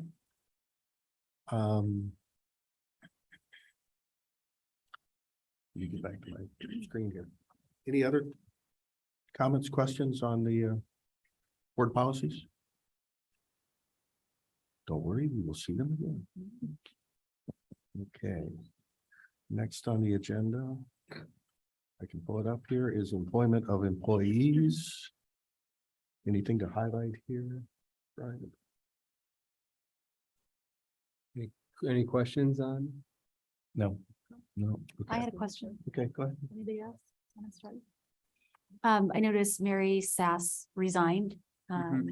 Is that going to make your work in transitioning some of the classes, the most popular classes to our community partners more difficult? No, so Mary was one of our evening community ed clerks. And that when people came to attend classes, she would check them in or get them to the right classroom. I see. So she was just working 10 hours a week or so, I something see. like that. So we're filling in with other people in the meantime. Mark that worked up here and some other people. Okay, got it. Any other questions or comments? Personnel report? Okay, moving on, Director of College and Career Readiness. Before I go to that one, we did have I'm told it's called a walk-on item. Okay. And so I left a packet at each of your spots there. We received an ed tour request this morning, and Michelle worked closely with Mr. McDonald over at Vernon Hills High School to get everything we needed to make sure that it was on the docket for this evening. It was if it wouldn't have made it to the docket today, the team wouldn't be going to their spring trip for baseball. Mr. McDonald sends his apologies. There was a new coach hired who is not a district or teacher staff. So it just made the timeline a little bit longer in terms of like getting everything all squared away. The good news is that they have a significant amount of money in their activity fund because they haven't been on a trip in a while. So the majority of these costs are going to be covered. And the approximate parent and student contribution is about $214 per student and family, which is not significant for like the one they're taking. So if anybody has any questions, I do apologize for the tardiness and just leaving it on your table there.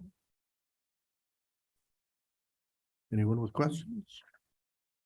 And again, this will be for a vote in 2 weeks. Correct. End of the month, yeah. If you should have any follow-up questions, I'm sure Yesenia can answer.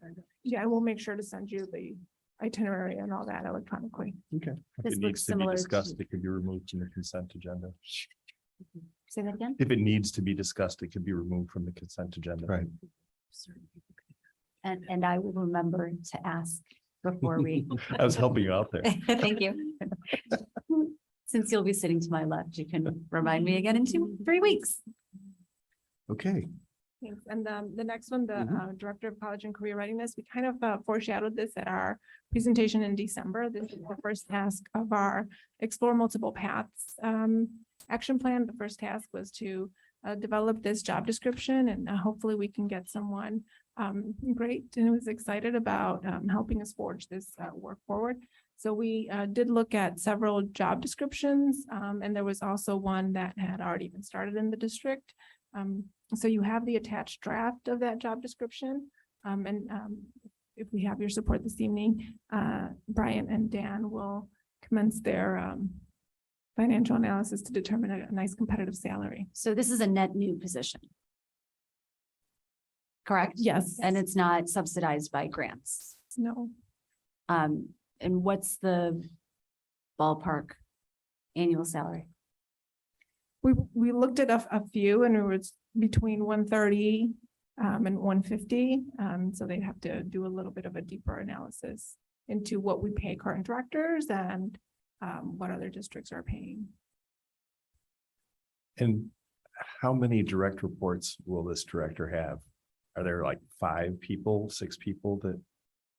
So Full report. in our Explore Multiple Paths action plan, they requested that, we have this one position that kind of oversees the entire work, and that each of the schools would have someone who is directly responsible for the work at the schools. However, we feel that there could be an analysis, there should be an analysis of the people that are currently doing some of those things at the schools, so that we can better determine like the responsibilities and what pieces can stay within like the college and career center. I forget the name of it. We have 2 people working in each of our college career centers. Yes. Mhm, And so as now those 2 people, who did they report to prior to this? the principals. Okay, and so now that the principal we've taken out of that mix and they will report to, So that's No, they're something, gonna report to Yesenia. Oh, you're talking about the College Career Center? yeah, we're hiring a new person. They're who's gonna going report to this person and this person reports to Yesenia. Right. Yeah. So the way that this is worded for the qualifications, I'm concerned that at that salary level, that somebody without administrative experience or career and technical education certification could potentially be a fit for that role. yeah, so we put the CTE endorsement as preferred, just I think in part of our work with some of the people that have been very passionate about this. Perhaps a counselor who doesn't have that CTE endorsement technically, but understands the work very closely because they've been doing maybe some internship, you're helping kids find internships or apprenticeships. They have that lens. And so I think we would be, I think there are certain parameters that we want, right? And so we want someone who has a really deep understanding of the work, especially as it aligns to the ISB requirements. And so we felt like perhaps that would have been a barrier. Because I think we have some great people in the district who don't have that CT endorsement who would be a great fit. we couldn't expect them to gain that within the role that they're fulfilling. Like over a period of time, we would expect them to have. Is that something that you would set up as an expectation for this role?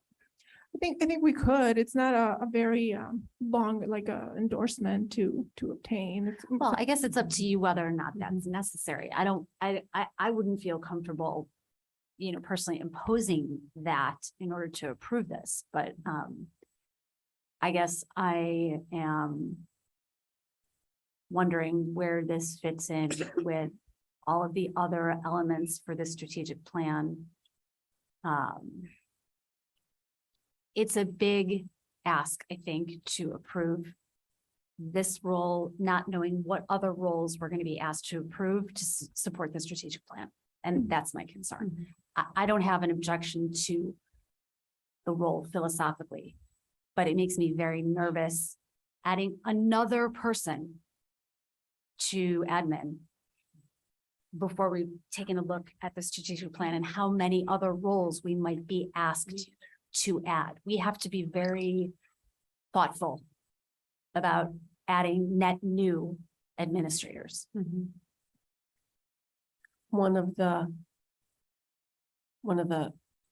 challenges that we face when we do the presentation and we have the positive energy around the CCRI information last time.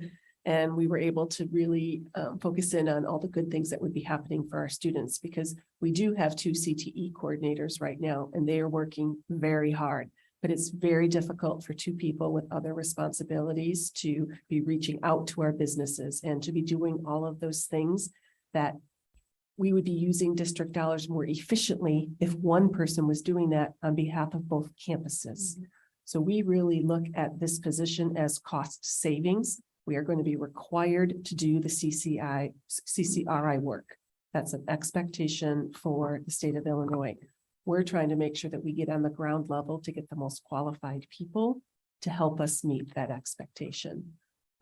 In terms of other, and the other thing about this particular position, we did foreshadow this last spring when we were talking about what we saw as missing positions based on what we knew the needs of the district were in the next 5 years. But we said we wanted to wait until the teacher committee had an opportunity to weigh in on what that position would look like. And because their recommendation was very clear, they thought it should be one district person. We feel we'll get the highest qualified person by it being administrators, so they had classroom experience. Some districts have it be an ESP position and it's someone from the workplace, actually. So it's more from the internship part. So I think we do have some flexibility with this in terms of, that's why we tried to write the job description in a flexible way, because there could be some very strong candidates who might not have been a CTE teacher previously, but they may have been. So we wanted to make sure that as we posted the position, we were casting a fairly broad net, because we already have some really talented people who know a lot about CTE. Not that we wouldn't want more people, but we have some very strong people in our current CTE chairs, and we're hiring another person for the retiring chair here at Libertyville. So I think we were trying to make sure any new hire was complementing our existing staff. And the parts that we're missing are that community outreach, the internships, the state requirements, all of those things. And that can be difficult to manage at the site level. I might add, my understanding of the whole CCRI, the career pathways, all these new things that we will now be required to do by the state and by ISB. Those kinds of programs aren't necessarily just CTE programs. Correct. So career pathways can be a lot of different things, Yes. not just Academics. not just the CTE program. So my feeling on that is it'd be nice to have somebody with that background, but I wouldn't think that that's a deal breaker at all. In fact, the farther we get with this and the more we get into various career pathways in the future, that'll become less and less relevant. So just my 2 cents. Can I just add a thought in terms of the funding? So there is not a funding source that exists that would pay for something like this. However, remember, like, we were looking at district-wide at things that align or didn't align. And the board made a decision to discontinue our community education program as it's currently manifested. And so part of that idea was you can redirect that towards something towards our strategic plan. This is an example of a way that you can do that. Now, for sure, it's legit to say, how can I look at this without seeing the whole picture? I think that's legitimate. But I just wanted to just remind you that, the board has looked at ways to offset some of the anticipated increased costs associated with the strategic plan. So you can't count everything against it, right? Because you're going to run out. But there's things that you've already considered that would help offset some of the things, so that it's not necessarily, not everything we're talking about is just a net add cost to the district. Because we intentionally looked at a different program to discontinue, to redirect towards these efforts. Thank you. We also included potential hiring in our budget. Is that correct? Didn't we put a line item for strategic plan into our current budget? We did put $100,000 contingency in this year's budget for strategic planning. Reminder, it was a deficit budget, but we put that in. We've already eaten at least half of that already because of the MTSS program, that we're looking at. But yeah, we did put some of that in. Now, I think this position is more next year. Yeah. Yeah, that's right. Just going to ask that Right. question. This is a July 1. Right. Hire. MTSS, just for anybody who's listening, is the additional Power School software that we approved at the December board meeting.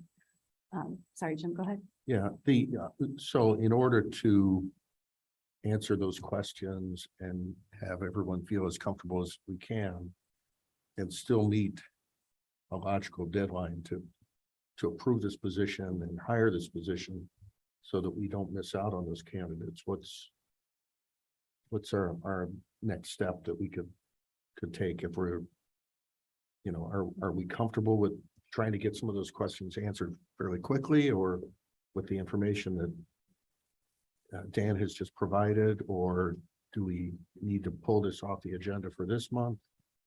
I guess I'm just asking collectively how We could comfortable. poll our members now to get an idea of what they think.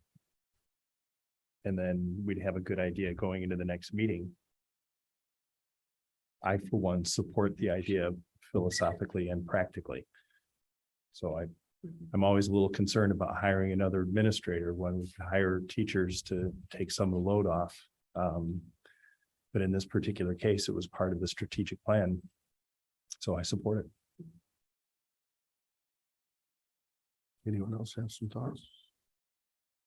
I certainly agree with Don that I support this, both strategically and in process. I'm not necessarily comfortable approving it without knowing what else might be a part of the bigger picture in terms of needs. This would be a significant amount of money, and it would be adding another administrative position. So I'm not asking for dollar amounts, to the T, but just a little more comfort with what does the big picture look like? Like what other staffing requirements are you thinking are coming down through this process? And I'd be a little more comfortable knowing that before I was willing to vote on this. Okay. I agree. I know this is something that we were all excited for. I'm not sure I envisioned it as an admin position when we talked about it. I saw it more as a practical internship, community liaison, more of on the business side. I am very sensitive to, we have already added, I mean, I know it's only a net 0.3, but we have already added many administrators at the district level, administrators at the district level. So I guess I would want to see, one, the whole picture, what we're looking at as far as the whole plan. Two, what are some of the redundancies that this position is going to take over from each building? And is that what the building wants? I guess that, sometimes I think we take things away from each building and they want to have their own identity in that building. Is that it? So I'm assuming in your committee, you've said that the teachers have said they want to have this district. Yesenia has definitely echoed that. Maybe you can comment on it. Yeah, so when we started our work, we divided up into 3 subgroups, and this was the one recommendation that came from each of the subgroups. So it is something that came from the committee there was plenty of teacher representation on it. I think that they feel that this is really important work, and they want to be able to give the time and dedication to it that it needs to be successful. So I guess I'm looking for how it affects what's currently happening in each building, how this position is either going to alleviate or add to that, what's already happening in the buildings. And then also more of a larger picture of what we're looking at coming in for all 3 prongs of our strategic plan. As far as expenditures, like where does this fit? Okay, so we can get back to you. I think in terms of like what's happening at the buildings, we don't have a way for students to be to have exposure to internships or apprenticeship. That's not something that is currently happening. We don't have strong relationships, and we're currently working on one relationship with BCU, and that's through at Burton Hills High School. But outside of that, we don't have those opportunities established right now.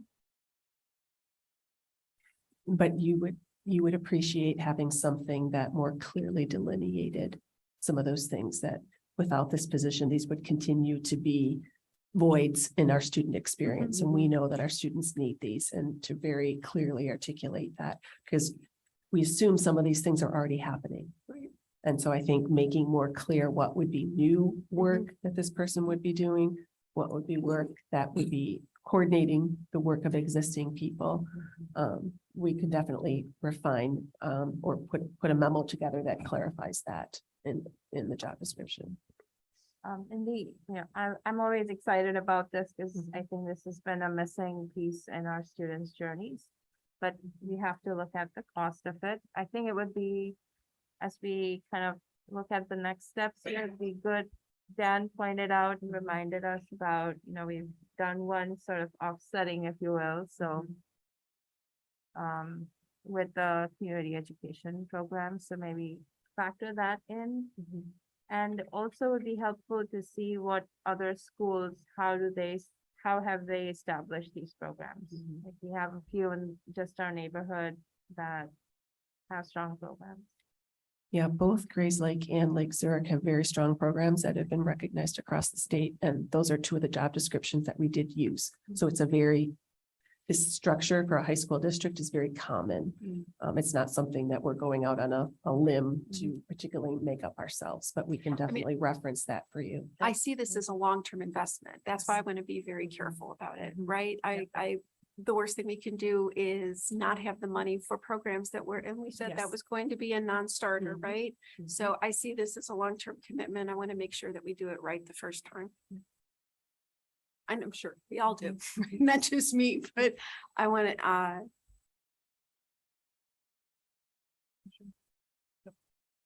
We can make all of those things much more clear, and those are things that I think when you're bringing a new proposal, you're not quite sure all of the things the board might need to know. So you helping us get more clear on, no, this is what I need to feel confident moving forward with this particular position. We really appreciate that. We have a lot of exciting things going on with the strategic plan. I think we're just thinking there's going to be other things. So I want to see more of the big picture in terms of what other staffing requirements we might need to, because I don't want us to get into a position where we are overcommitted. As Kara said, that is something we said from the beginning that we weren't going to do.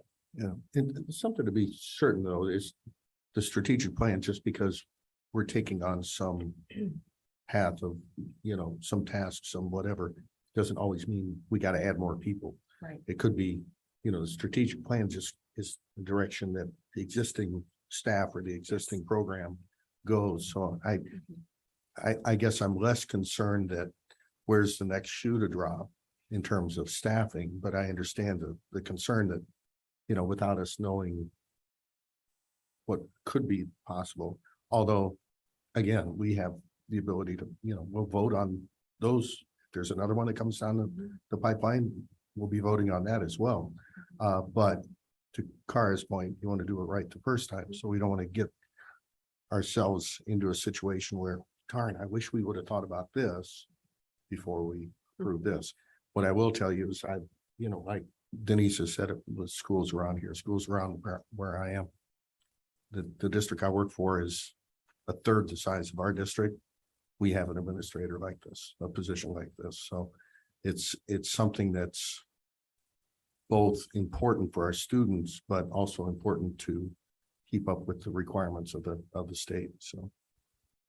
All very helpful information. So it sounds like with the additional information that we discussed, we still might be in a position to make this decision at the board meeting at the end of the month. Some further discussion. Can somebody speak to the 3 grants that are listed? What are those grants and what will they do for us? So those are current grants that the CTE department chairs co-write, and then I help manage, but those are the grants that are used to fund like the supplies and instructional materials for the CTE departments, as well as some professional development. And will this person be responsible for coordinating we talked about some dual credit pathways Yes, programs this person would be, yeah, developing the ISB career pathways. and that is in the job responsibilities. Yes. Thank you. Who, just out of curiosity, when Don asked that question, who manages the grants now? The 2 department chairs and myself. Okay, so collectively you get together. So this would centralize those in one spot to be able to manage that. And it'll free those people up from having to do that task so that they can do their jobs. At the school level, right? Do you anticipate any internal candidates? I think we have some folks here who would be really great at it. I don't know if we'll be able to convince them, but I do think that we have some really great folks here. Okay. Anything else on that topic? It's a good discussion. Yeah, no, it's a very good discussion. Thank you. EL program. Dan has my presentation and he's going to be my clicker. Yeah. We were talking so long, the projector turned itself off. Well, that's going. I kind of just created a historical, just the past 5 years, looking at enrollment numbers. And then there's some definition of terms because there's a lot of very EL specific jargon that is used in the EL world. And so you're not going to be introduced to all of them tonight, but just some very important ones. And then identifying some of the needs that we've seen this year, specifically with increase in enrollment that we hadn't seen an increase like this in the 5 years that I looked.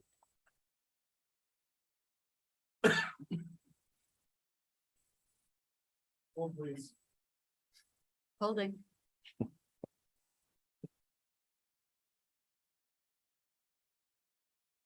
Hold, please.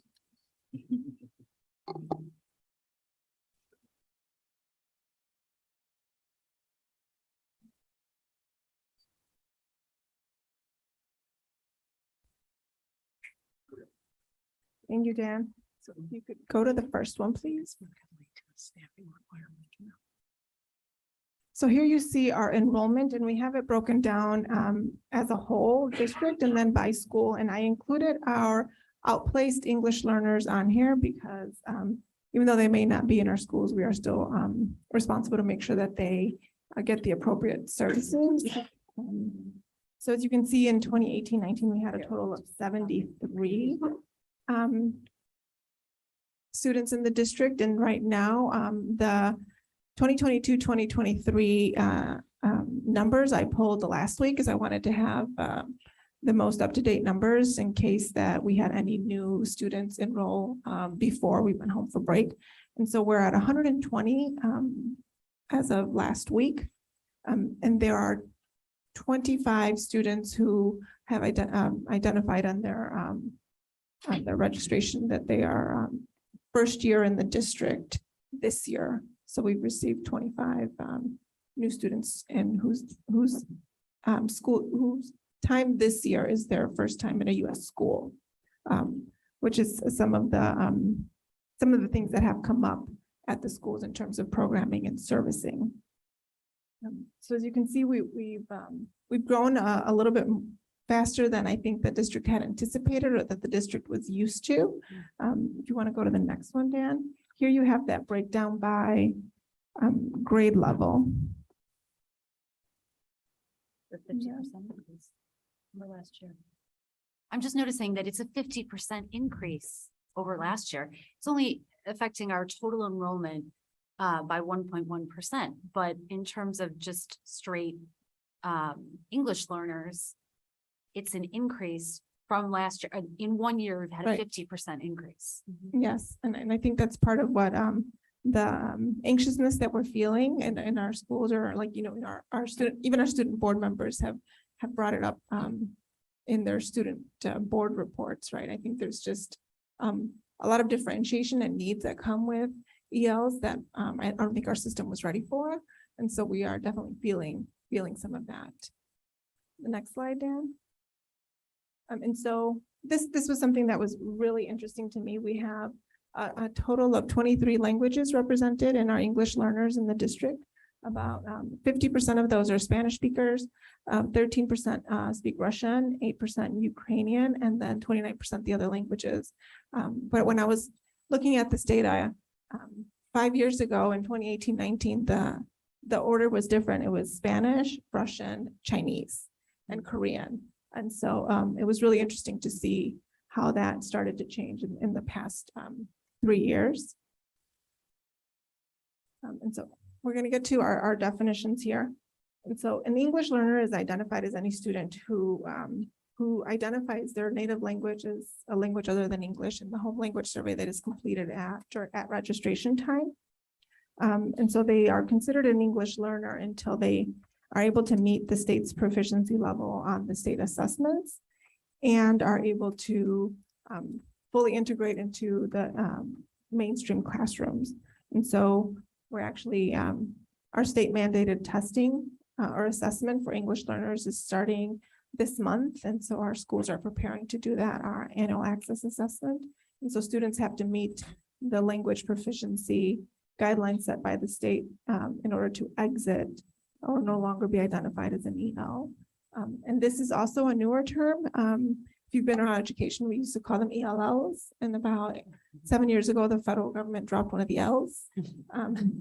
So ISB did that too. One of the other changes that ISB did about 2.5 years ago is that they are no longer the Division of English Learners, but they're the multilingual departments. And so districts across the state have started to change from EL departments or whatever it is that they were called to multilingual departments, just because they feel that it's not just that their students are learning English, but they're just becoming multilingual. It was more of a shift to an asset-based language. And the next term we have is English as a second language. And so this is the content area that in which they receive very explicit instruction on how to manage those 4 domains of language. And so a lot of people who sometimes use this interchangeably.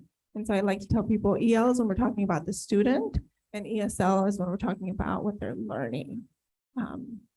Sometimes you'll hear people describe students as ESL students. But, Not to put too fine a point on it, but we have students that are learning English as their 3rd or 4th or 5th language. So I'm not crazy about English as a second language, assuming that they don't speak other languages, because in many parts of the world, it's common to speak 2 or 3 languages. yes, and we have some students like that here. I actually met a family who was during one of the open houses who they were Chinese descent, but they had somehow their parents had been transferred to Chile or Peru when they were little. And so they spoke fluent Spanish, and their kids spoke fluent Spanish as well as English, and they were, speaking Mandarin too. So we do have those situations. Yeah, I just was speaking with someone in the district who was born in Vietnam, but went to school in Russia, speaks fluent Russian and some Ukrainian, in addition to the Viet language that they grew up with. So when they learned English, it wasn't their second language, it was their 4th. Wouldn't we all like to know 4 languages? Yes, wouldn't that be nice? Yeah. And so There's an the app called Duolingo. Sorry. The next term is something that we're going to be learning a lot because we've met the requirements to have to offer a TBE program. So transitional bilingual education is the term that the state and the federal government uses to identify the program that students who need to receive instruction in their native language in the core content areas is called. It's called TBE. I personally am not a big fan of it, but kind of what we have to call it, right? And so for the purposes of this evening, you'll see students identified as TBE part-time and TBE full-time. And so that is just identifies like where they are on the spectrum of demonstrating proficiency in English. And so the next one is the transitional program of instruction. And so this is traditionally, this is the program the district has offered because we've never had 20 students at one building who have identified the same language as their home language. So this is a program that is used when you're teaching in a district that has many languages representative. And so the approach is more of they receive more of an ESL only type instruction where they don't have to receive content in their native language. They can receive support, but it's not required that they have like a math class in Ukrainian, just that we support them. Next one, Dan. And so here are the components of a TBE program. We have to offer the core content areas in their native language. So that would be math, science, social studies. And we also have to offer language arts in their native language. They also have to receive a period of ESL where they are learning to dominate the language, or English is the target language. And they have to receive instruction in the history and culture of the area that their family comes from and the United States. If the native language that identified is Spanish, then that Spanish language arts instruction has to be aligned to the Illinois State Board of Education Spanish Language Arts standards that were developed and published this year. So this is the first year that school districts will have to align to the SLA standards. Along with a TBE program comes something that is called the Bilingual Parent Advisory Council.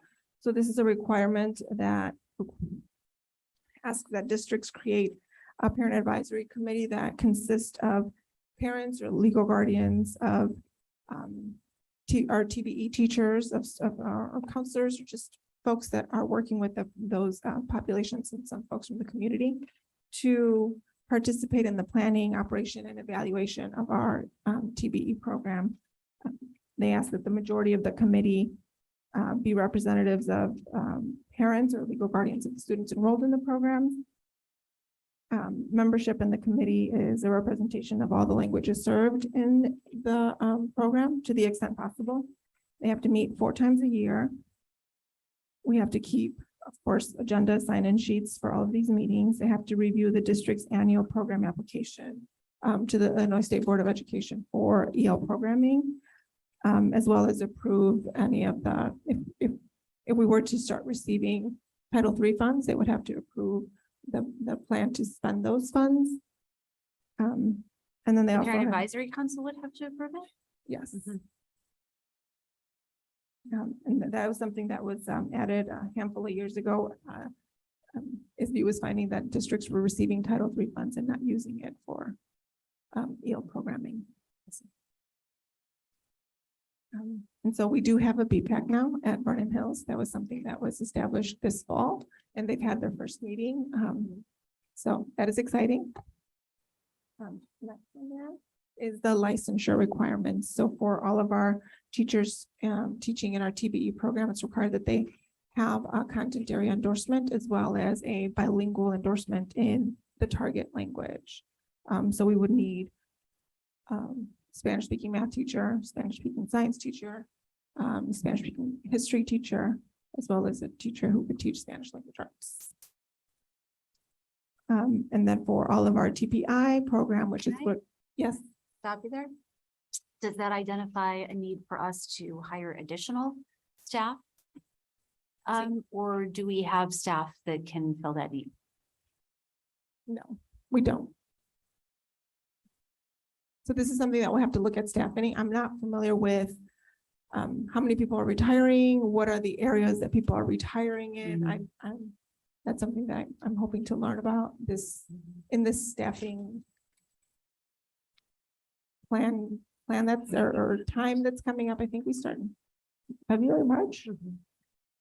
That definitely has been something that as we've been hiring administrators and teachers, we've been looking for bilingual candidates. It's just something that we know they bring to the classroom experience, if nothing else. But it can be difficult to find people who have a math degree and are fluent in Spanish. But that's what some of the districts surrounding us have been facing, that challenge. Because it is something that we are obligated to try and do our recruiting to meet that need. So I'm curious, do you have any sense of if, say, for example, we identify a need for a bilingual English and Spanish speaking math teacher at Vernon Hills High School, but we're unable to find one. Are we in any way penalized for if we can show evidence of trying to hire one?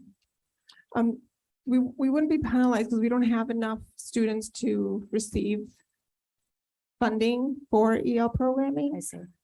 If we were audited, if our district was selected to be audited for EL programming, we would have to then come up with a plan and a timeline on how we were going to fulfill and meet that need. Thank you.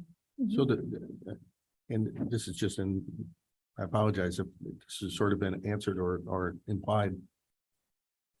You were saying 20 students in a school in a particular language kicks in certain requirements. Correct.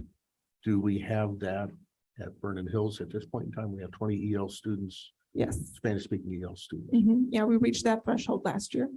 because of the increase in okay. So now all this stuff has to kick in. Yeah. Yes. So it kicks in, but no funding is kicked in. So we have to have, once, we have to receive a minimum of $10,000 in Title III funds. But we're not there yet in terms of per pupil allocation. Okay, so just to be clear, we have to fulfill the state requirements, but there is no state funding provided at the threshold that we currently are at. Right, so ISB will say that there are Title III funds that typically it's not a lot, it's supplemental, right? Okay. You're required to provide a teacher for your EL students. Sure, I mean, and that makes sense. You're meeting the need of a student. I don't object to that. I'm just making sure I'm crystal clear on where the funding for the mandate is coming from, and that's coming from the district. Mhm. Got it.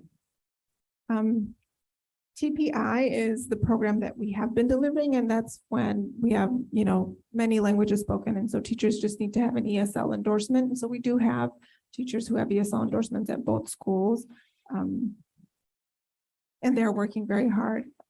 We have an overload happening over at Vernon Hills with science. And there's still more support needed.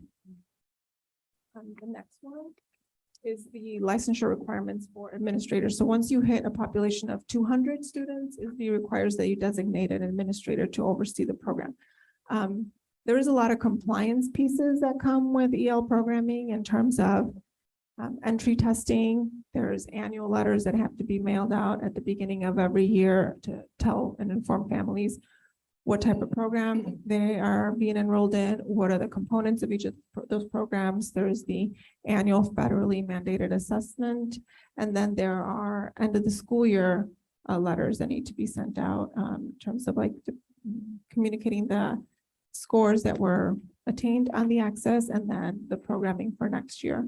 And so there's a lot of compliance pieces, and these are things that happen annually. I like to tell people that think of a special ed child and you have a lot of paperwork that needs to be done every time you get an IEP. With an EL, that paperwork has to be done every year. And so there's a lot of maintenance in terms of files and making sure that we've dotted our T's and crossed our I's for all of the compliance pieces.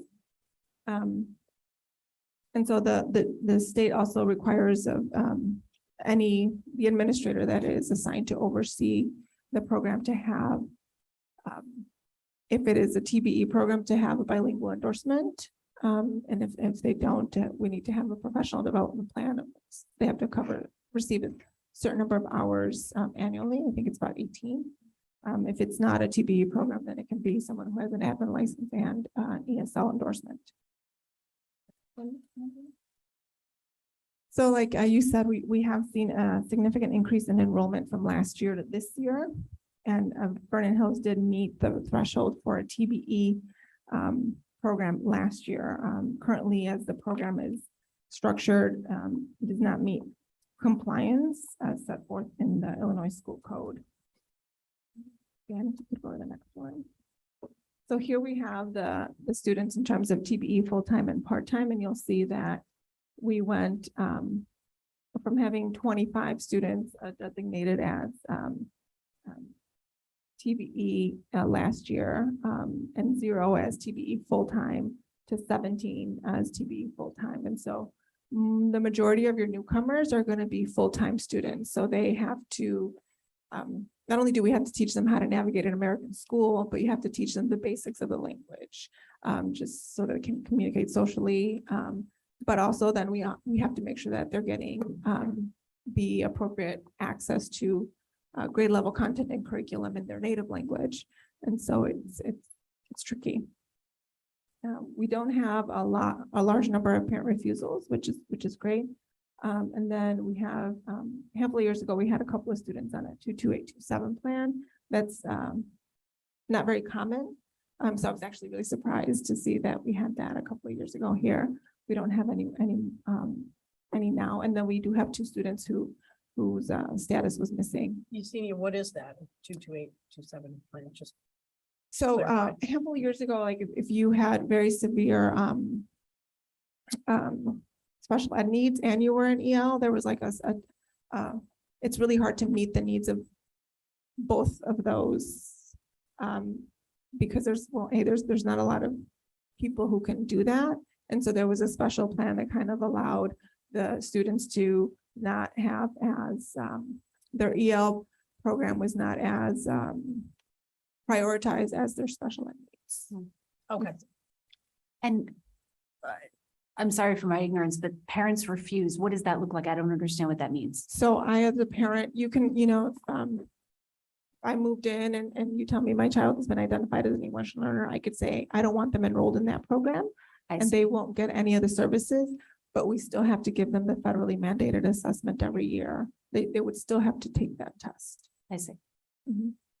So are we, if you've said this already, I apologize. Are we not in compliance in one language, Spanish in Vernon Hills, or is it more than one language? Right, it's the Spanish speaking population that triggered that, yeah. What distinguishes TBE part-time from TBE full-time? So there's a test that students are giving when they enroll here, if they didn't participate in that federally mandated assessment.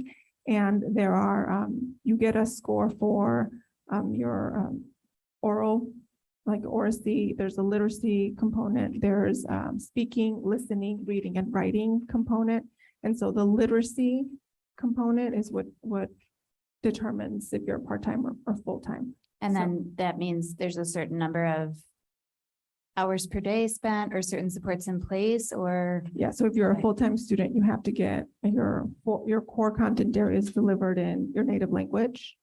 And what many districts will do is they have a TBE program and then they will start to teach what's called sheltered language instruction, and they begin to kind of scaffold away from the native language and slowly integrate the English till they transition to a part-time where the majority of their day is in English and the native language supports are provided as needed so that they can successfully transition into the general education classroom. But that typically happen over one school year or 2 school years, or it just depends? So a really great program, if you were looking at the elementary level, it will take about 7 to 9 years for that transition to happen. I see. So we're a high school district, so I think we have some, I think Hawthorne has a dual program, so we have kids coming to us that are already ELs, and so we have some that are what we call long-term ELs who will probably never exit the program. But I do think that we have a good foundation at our feeder schools to be able to successfully transition students here. And that is, when you look at our state report card, we have a very, we have a great success rate in transitioning students from the EL status to the gen ed classroom. That is something that we do well.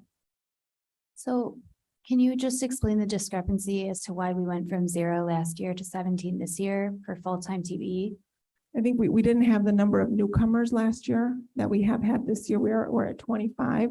And the majority of them have been in Spanish and a good number of them, most of them from Colombia, as I was looking at the data, which I think is really interesting. Very interesting. And So just a large influx of these students from a certain geographical area. Okay, thank you. Next slide, yeah. And so here are the, I think are the immediate needs. I think we need to identify a way of develop a staffing plan.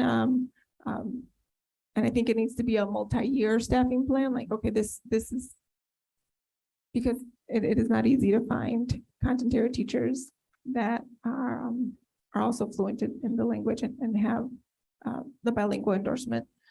So many districts will develop a multi-year staffing plan. And so say this year, we're going to focus on finding, if we're going to have a math teacher retiring, we're really going to try our very best to hire or have someone replace that person that does have the bilingual endorsement. And the next one is figuring out what that administrator oversight piece looks like, because right now we have our world languages department chair oversees the work at Vernon Hills, and the person who oversees the work here falls in the English department. But they also have to do all of the duties that come with their current role. And so knowing that once we hit 200 students, ISB is going to require that we designate an administrator to see it Is it, do we start considering what a part-time administrator would look like and how we structure that, or looking at our current staffing and kind of developing as part of the whole program, developing a in-depth staffing plan that looks at the teacher needs that we have, as well as that administrator need that we know is coming. When So you say that question- we have, oh, I'm sorry. When you say that we have to start thinking about content area bilingual teachers, are we talking about at every grade level as well? So not only are we each content area, but one for 9, 10, 11, and 12? Well, for example, if you're a science teacher, we might need to have a life science and a physical science person who could teach, both math would be probably one of the math and English would be simplest because you can teach any of the content areas. Not that we would want one math teacher having to teach 4 or 5 different courses, but for some of the disciplines where the certification is very specific, it might mean more than one person in that department, but for some departments, having one person would meet the needs of our students as, again, our program continues to grow. But the staffing plan would identify this. Yeah, because there are districts that will say, okay, we don't have enough students to have one teacher per grade level. So for this content area, we're going to bring 2 grade levels together, and then the teacher kind of has to manage. Sure. And we have a lot of teachers that might have a freshman or sophomore in their class, or a junior or a senior. We don't have that many classes that are specific to. It would be class. more though where you're teaching 2 different curriculums. So if you had freshman and sophomore English, we do have that right now in some of our world language programs, and we have it in some of our capstone programs in CTE, where we only have 4 students who are requesting this and 8 students who are requesting this. And rather than canceling it, we sometimes cluster those courses. So we do have right now some sections of classes that are what we call combo classes. That is one way that other districts also approach this, is by having some combo classes where more than one curriculum is being taught in the same, by the same teacher, but 2 different groups of students in the same classroom. It sounds onerous. Yes, it is. So my question is, we've passed the threshold of 20 in the Spanish speaking population. Is there any risk that any other language We're 13 students away in Russian. in Russia, 13, okay. And has that been more stable? Where's most of the growth, I guess, is the In the Spanish. yeah. So it's less likely that that's going to happen anytime in the next couple of years to pass that threshold in Russian or Ukrainian or any other language. It's really the Spanish language. Yeah, that's need been the right now. majority of our newcomers. It could happen very quickly in any language area though, and when we Yeah, look if you at- had yeah, all of a sudden an influx into the community. of any- a particular- global upheaval could kind of signal a change for us. Yeah, So yeah, certainly something to just kind of always keep top of mind, but And again, I think some of the analogies you made previously to thinking of this as a service that's analogous to students with IEPs. So if we have some students move in who have some very significant needs, we don't have a choice but to find the resources to meet those needs. So it's for EL, it's a language need rather than maybe some other academic or social emotional need that's being addressed. But just how each year we say, what are our special education needs, and we adjust our staffing and do those things. We're just seeing this program blossom quite a bit. So just how Kelly and her team do a good job of trying to predict where are we seeing growth, working with the middle schools, doing all of that to make sure that our special education staffing is meeting the needs. We're going to be in that analogous situation here for EL.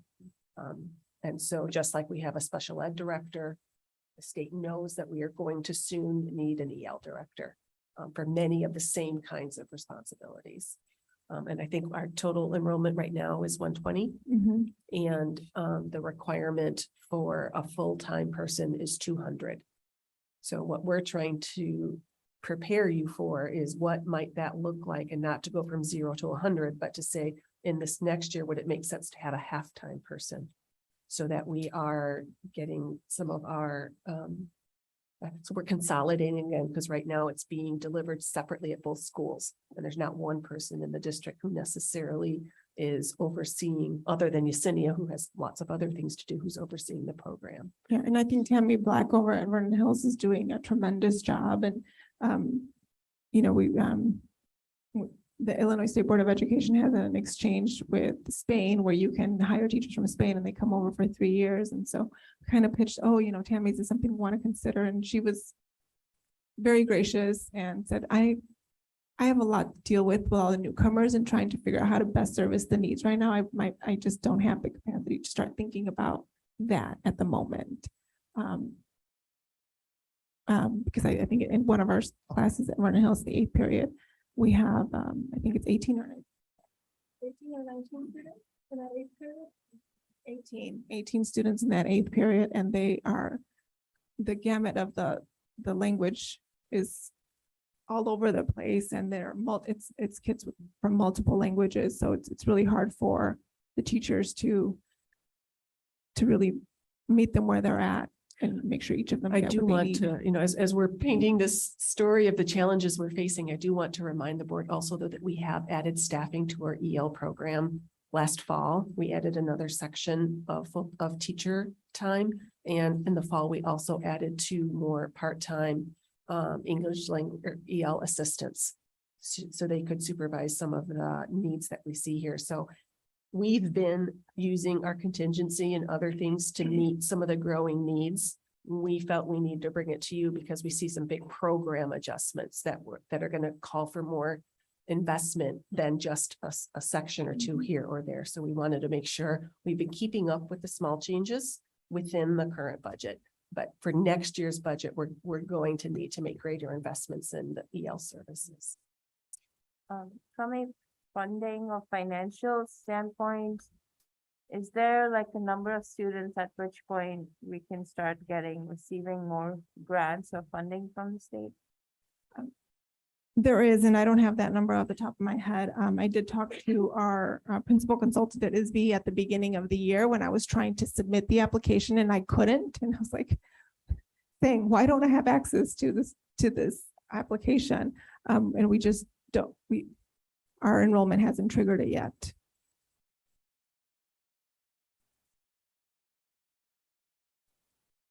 Can I ask? But I gotta be honest, even if our enrollment did, there are formulas. Yeah. To make sure that the money goes to districts less fortunate than us. So I don't foresee any real scenario that there's going to be any serious funding for a program like this, just to be clear. Can I ask one more question, just a point of clarification on outplaced ELs? So outplaced means what I would assume it's not attending school on site in one of our 2 buildings. Is that Right. correct? So we have some special needs EL students who are outplaced. Placed through CEDAW most likely? Okay, Could be private. okay, thank you. 3 buildings. We get to say 3 buildings now. That's right. I'm sorry. We have 3 buildings. So I'm going to start working with the building leaders and the teachers at the schools to bring forth a staffing plan, multi-year staffing plan, so that we can start thinking about this. Thank you. Thank you. I just want to thank you especially for this. This is like extremely eye-opening. Thank goodness you're pointing this out to us. I think it really speaks to how, well, not that there's a blind spot at all, but that as board members, we don't get to see everything. We just don't know always the needs and the issues that exist. And this was just so comprehensive and demonstrative of really what we're looking at and kind of, the challenge we're facing with our EL students, and what we can do best to support their needs. And so I really appreciate you putting this together and furnishing all this information. And I would say thank you to all the teachers and staff members who are having to deal with this situation, so. Vicky's here, so we can give her a big round. Thank you, Vic. Well, I think there are lots of challenges, but having visited this program several times this fall, the teachers also receive so many blessings from working with these students also. So yes, there are language barriers, and yes, there are challenges to delivering curriculum to such a wide range of learners. But they are magical students, and I know from talking with several teachers that it's a bright spot in their day when they get to work with students in this learner category. Thank you. Thank you. Anyone else comments or anything? Okay, back to the agenda. Future agenda items. Got a couple there, administrative staff contract renewals and textbook adoption coming up in April. Got a whole list of things in March. Employment recommendations, that kind of thing. In February, board policies, that'll be our second reading for the ones we went through tonight, but that's about it. Anything else we're missing? Just as an FYI. Okay. And then for the January 24th board meeting, we will have prepared information to answer the board questions about the CCRI position so that you feel more informed to consider that at the next board meeting. Okay. Anything else for the good? Okay, we will adjourn the Program and Personnel Committee meeting at 7:56. Do we need a bio break before we start? Half enough? Yes. Yeah. Sure. 5 minutes. Get up and stretch. Run.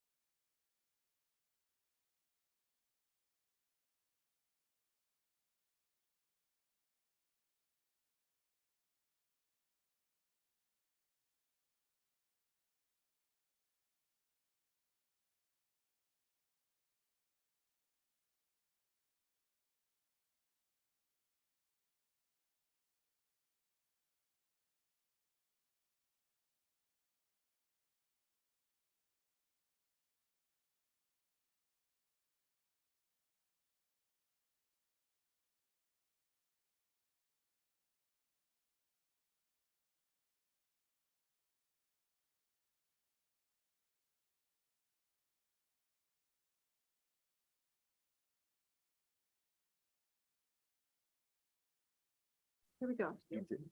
All right, let's call to order the Facilities and Finance Committee meeting for Monday, January 9th. It is 8:03 PM. Is there anyone in the audience that would like to offer public comment? No? Okay, no other public comment? All right. Moving on for discussion, we have capital projects, enrollment projections, and disposal of equipment, starting with summer 2023 capital projects. Quite a list.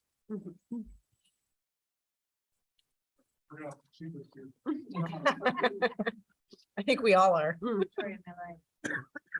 So what we have before you is our summer capital projects list. So there are two attachments that were attached. One is the list with some information. The other one is, I think a really cool thing that John Heron in our business office helped put together. To get an aerial view, to get an idea of what's happening where. And you can see stuff happening all over the place. And there usually is stuff happening all over the place. We just never really put it on a picture for you. I appreciate that. I haven't I seen liked it. that before. Yeah, Really, I love. I'm a visual absolutely. learner, so this is very helpful. For me. Please thank him for us. Yes. For sure. So essentially we have a list of the projects and some data associated with them. So there's the list of the project is on the first column, and then we have them categorized into the three categories that we've been kind of working under: health and safety, asset preservation, and then other. Asset preservation is going to be usually where we spend most of our money because we have a lot of assets here that we need to maintain and replace, end of life, things like that. Then what we did was kind of put a priority to it. And nothing really magical here, other than I would say primarily Mark's sense of things that we need to do, things we should do, and things that can wait. Because like we've talked before, there's only so much money. And so we're trying to be mindful of all of those things. So one of the things we've talked about before was what didn't get on this list, right? So that's been a question, like what was kind of toyed around but then didn't get on this list.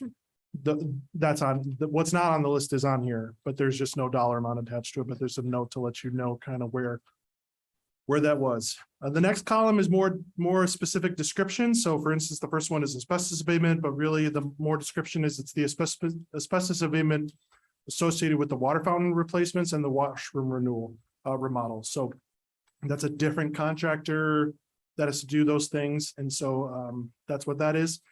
If we have the information on the last year, something was replaced, or the last time, we put it in, we did that. Some of those are a little bit difficult to find out. And it was kind of funny to hear, I heard Mark and Brian were kind of looking back in some yearbooks to find when certain things were there. Because one year it was not there and the next year it's in the pictures. So some of that is a little bit hard to find out exactly when something was originally there. Then what we wanted to do is provide a brief statement about why are we looking at something like this. The health and safety ones are usually pretty straightforward. A lot of asset preservation stuff is going to be related to end of life. And then there's just some notes to give you an idea. So you might see contractor plus STR. So that's usually the cost of a contractor that's going to come in, a trade, but then there's also a design cost. And those are usually around 7%-ish, depending on what you're doing. So we have Inspect that largely does our building envelope. So that's going to be the outsides of the buildings, the roofs. Architect handles a lot of the inside of the buildings. And then we have the location. Sorry, LOC is for location and the estimated costs associated with those. So we have the list of each of those projects. And then if you kind of scroll down, what we did is provide a summary of two different ways of looking at it. Because there's different ways of looking at anything.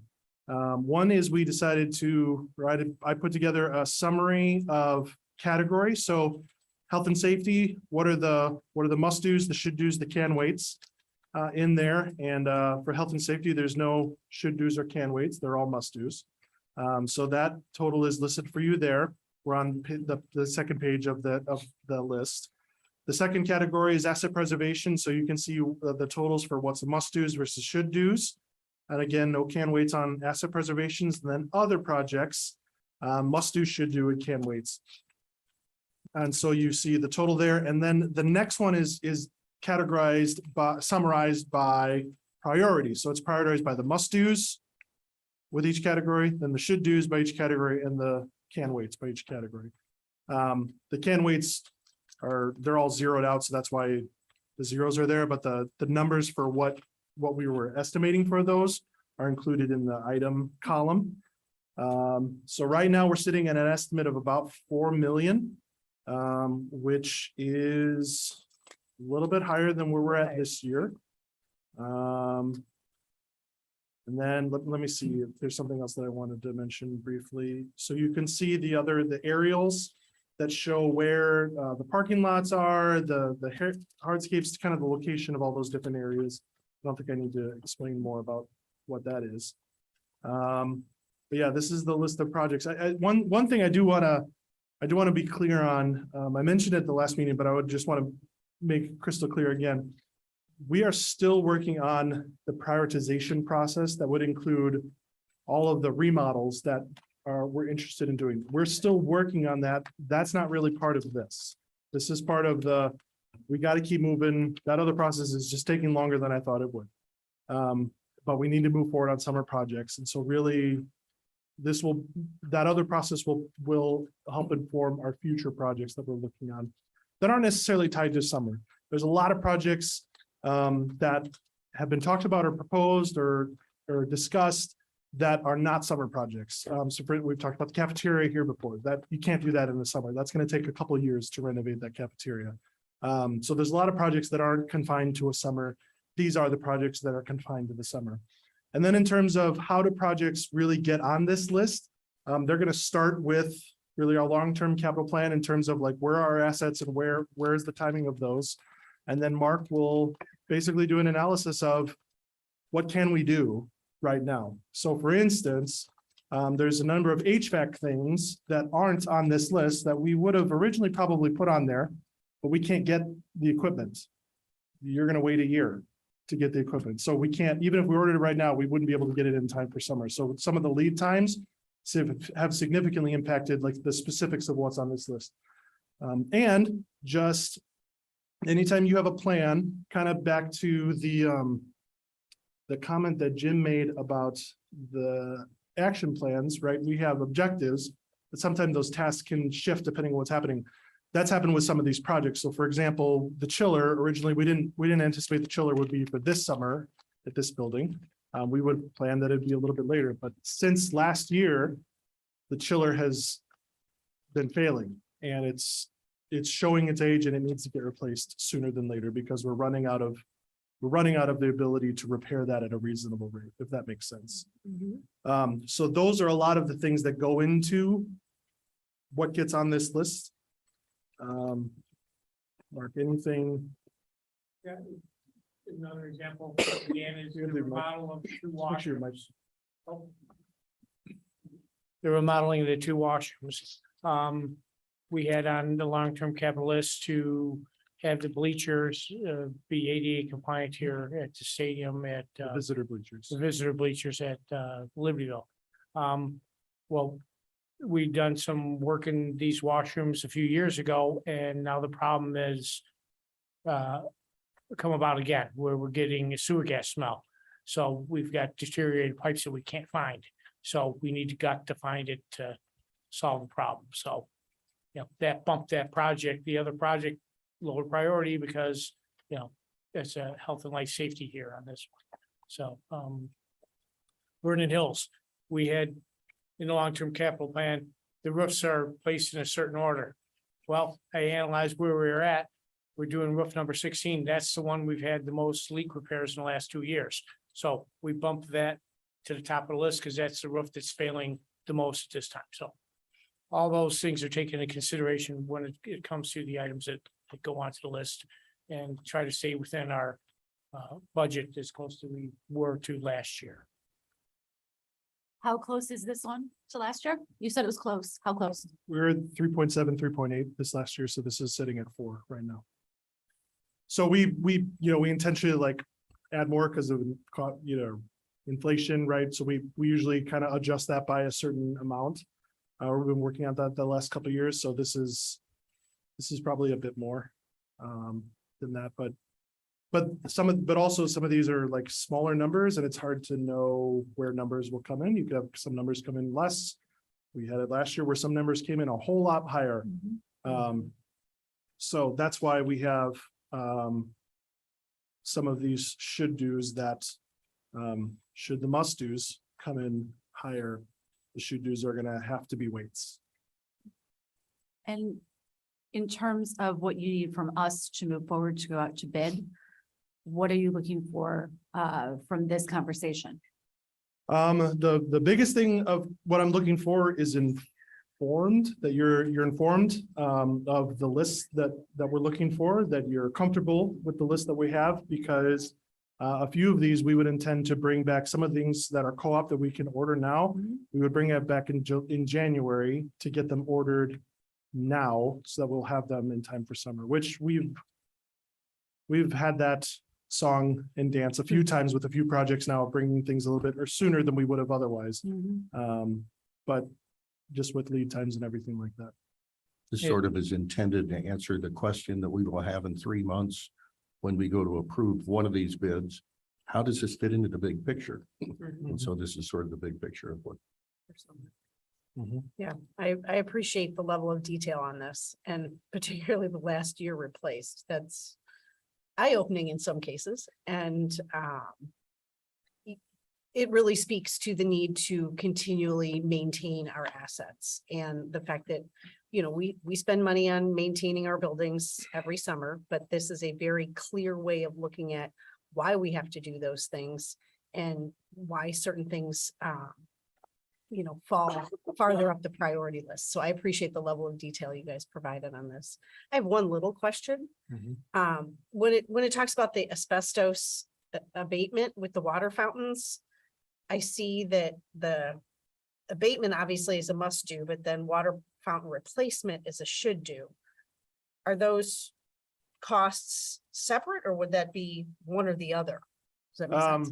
So, well, we would, whatever asbestos abatement we're doing, we would do it all together at once, because Okay, one company is going to come in here and do the asbestos abatement. That was a tricky one, because we did just combine it together. So the scope of what they're going to abate will change depending on what and how many fountains we actually do. If we do 0, it'll be smaller. If we do the washrooms are down as a must do, so we're definitely gonna have it for the washrooms. The question is, and the abatement behind the water fountains can't be that much. Yeah, and usually it's just elbows and things like that. So when we bid it out, we will bid it for additional elbows that can be done. We can legally do under 3 lineal feet of abatement in an area, which the water fountains would end up being that. But there's still some containment and stuff. They call it a glove bag method. So that would be included in the abatement for these washrooms. We would have a line item for any additional unforeseen conditions. You know, we found another valve out in the hallway we needed to do. okay. As well as, you know, use it for water fountains. So there might be some economies of scale savings in doing all of those together. Okay. Any other questions? I'm very comfortable with this list. Yeah. Health and safety and asset preservation are essential. Can't argue with it. So I can bring you up to speed where we are right now. So we've already working on roof number 16.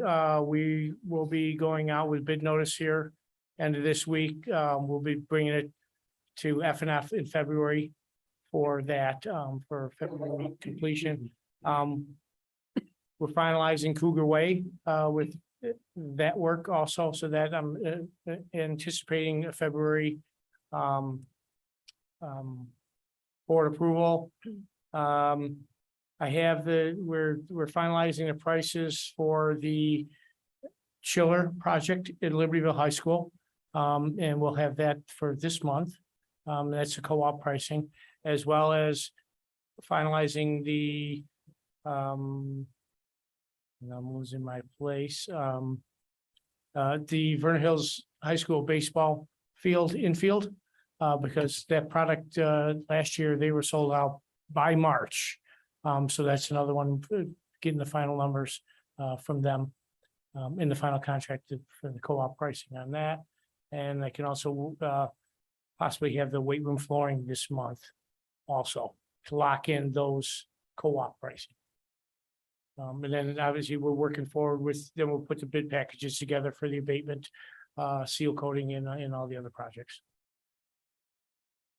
And we're in the development of the washroom remodel, and I hope to have a bid, have it on the street here end of January, beginning of February. So that might be a March approval.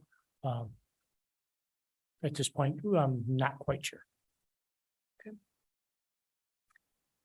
When it comes to the chiller replacement, I see that it's not on the list for this summer. Are we gonna cross our fingers and hope that it can make Well- it till next summer, or?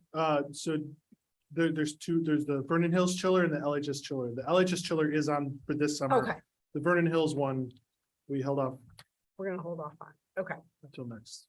And actually with the chiller, with the lead times, actually, the work won't take place over the summer. The equipment won't be here till fall, but Okay. the demo and all that equipment will be replaced over the winter When you don't use the chiller. when you're not using the chiller, so we don't shut down in the summer. If we have to shut down, there's considerable amount of time, which we did, we ran into when we did Vernon Hills with the construction, and the rest of the building suffered, not be able to run that chiller for I think it was 6 or 7 weeks. We saved a lot of money on electricity, but But I heard was not a about very it from my pleasant place to son work. every day. Hard way. Okay. All right, any other questions or comments? All right, moving on. Fiscal year 2024 enrollment projections. I have for you, what I've been kind of calling the core enrollment. So this is just looking at the students in our two big high school buildings. So this won't include like transition pathways or anything like that. It's just kind of looking at those enrollments. So there's a written report there. I won't recite the whole thing, just really to say, to really know what's going to happen in these buildings, we have to look at what's happening in our feeders. So I spent a lot of time analyzing what's happening in each of our feeders. And then I even project the enrollment in our feeders because eventually those students come here, or a significant portion of those students come here. And so there's information about what's happening in each of the feeders. I think one takeaway, especially even from the Casarda report that we did last year or the year before, year and a half ago-ish, was enrollment trending downwards, but in terms of why, particularly at Vernon Hills, the reason why is because people are not migrating out, meaning empty nesters are not downsizing. Typically, the typical cycle, move in, big house, family, empty nester, downsize. That has not been happening in Vernon Hills, but Casarda was very clear, it's going to happen. Like it's going to happen, it's just not happening yet. Yeah. So, it might happen in 10 years, or you might start to happen. So, this is not you can see it go down and it's going to stay down. It's not, it's going to go back up, but the idea is that it doesn't seem foreseeable in the next 5 years, for example. You're talking, these are like 20, 30-year cycles that we're talking about. So, that's really what's happening primarily in Vernon Hills area. But in terms of so that's really what's happening at a big picture level. The direct impact based on the analysis next year is that on average, our enrollment will go down at each building about 1.1 and 1.2%, depending on the building. So that's not a very big change, but they're both projected to go down. The bigger change will be the year after next, that we're anticipating. So these numbers impact Our staffing process that we're going to go through, it'll impact budgeting, both on the revenue and expenditure side, because if you have less students, you're going to have less school fees that are generated, right, from less students. So there's a lot of things that the students that are here is the biggest driver of all of our functions as a All of system. our expenses. Yeah, I was trying to, yeah, you're right. It is the biggest driver. So, and the needs of those students. So that's just an idea of the core enrollment projections for our system.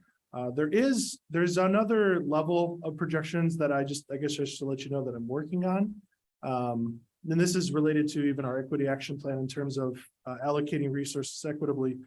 I've been starting to look at enrollment projections for our EL, low income, and students with special needs, and kind of creating really a whole projection for each of those groups. Because what I've seen is you can see a population move from kindergarten on all the way through to us. You're gonna have migration's gonna happen, people are gonna move and move up, but you can see a group of students move. So if I know, for example, at one of our schools, they've got a bubble at a 5th grade, you can see when they were kindergartners, and you can see that they're gonna trend down. So I'm really working on creating, but it's like a whole thing to go through these projections. So it's really kind of doing like 4 projections. So I'm working on that to get a sense of where do we see our EL going in the next 5 years. Same with low income students as well. So because that's an area that we've always been trying to find better ways to serve those students. And so yeah, so that's going to be coming. That's not something that I could prepare right now because I've never done it. I've never done that before. So I have to kind of start from ground zero, and I have all the data. I just need to kind of sit there and crunch it and analyze it. So So is one of the many benefits of doing that is knowing what's coming, but among the benefits is it's possible that our enrollment could decrease slightly, but our cost per student will either stay the same or go up. yeah, like you could have a decrease in total student enrollment, but if you have a significant increase in your EL student population, that will more than offset any other kind of, looking at just core enrollment is a little too simple. Mm-hmm. I think that's what I'm finding. It's helpful and it impacts a lot of things they're doing, but we need to get more nuanced, especially if the way we allocate resources, if we're looking at how we're doing that based on the students that are here or the students that we're expecting to come, we need to look at those other categories, because that's exactly what the state does when they do their evidence-based funding calculations. And when they figure out what's adequate for schools, they look at core enrollments, EL enrollment, low-income enrollment, special ed enrollment. And so I feel that's appropriate for us to look at too. But we're not there yet, but that's where we're heading. And for us, for this district, declining enrollment doesn't necessarily mean declining revenue. No, because we're beyond the points where we're at the minimum funding level essentially. So any less students we get, we're not going to get less money, but any more students we get, we're not really going to get more money. Mm-hmm. So we're in this period of, we're going to get what we're going to get from the states. And that's largely not going to change. Mm-hmm. The significant change in our revenue is going to come from property taxes. Mm-hmm. So enrollment trending down next year, down 1.1-ish%. It'll be interesting to see when you parse out some of those other details, what that shows us. Any other comments or questions? Okay, thank you, Dan. Appreciate that. Excuse me, moving on to disposal of equipment. Looks like we've decided to hang on to a piece of equipment. Yeah, we want to take back that disposal we did in December. We want to keep on that van for a little bit longer. So we're going to undo the disposal that we did in December. We are okay Our with bad. that. we're not ready to get rid of that. Hey, yet. my mom's driving a 2006 one. It's all good. We'll trade her, because the used market is not great, so. Do we have to take formal action to undo previous action? We are, because an accounting thing, like we approved it, and so it's asset tracked and everything like that, and so I want to formally do that, so I have the right accounting of it. So, sorry, we don't want to back. Yeah, yeah. If we vote no, Do we have to buy it back? Nope. Nope. All good questions. Okay, so we will be voting on that in 2 weeks. Okay, that's about it on the list. Future agenda items. Yeah, so. Oh. No, so later this month, we'll have some of the capital project stuff with, so that wasn't on this list. And then, I was trying to have a mid-year financial review for today, but just couldn't put it all together, pull it all together. December was like 9 days ago. It's really hard to analyze what happened 9 days ago. But I'll have it for the January. I think I'll have it for the January board meeting. What's coming in February is our long-term financial projections. So I should have our final financial reports tomorrow, maybe, or the day after, and then I can start calculating long-term financial projections. And then that'll be so then next month we'll have our annual comprehensive financial report. So those are the big things coming. Okay. Great. That's it for the list. So this adjourns F and F at 8:30.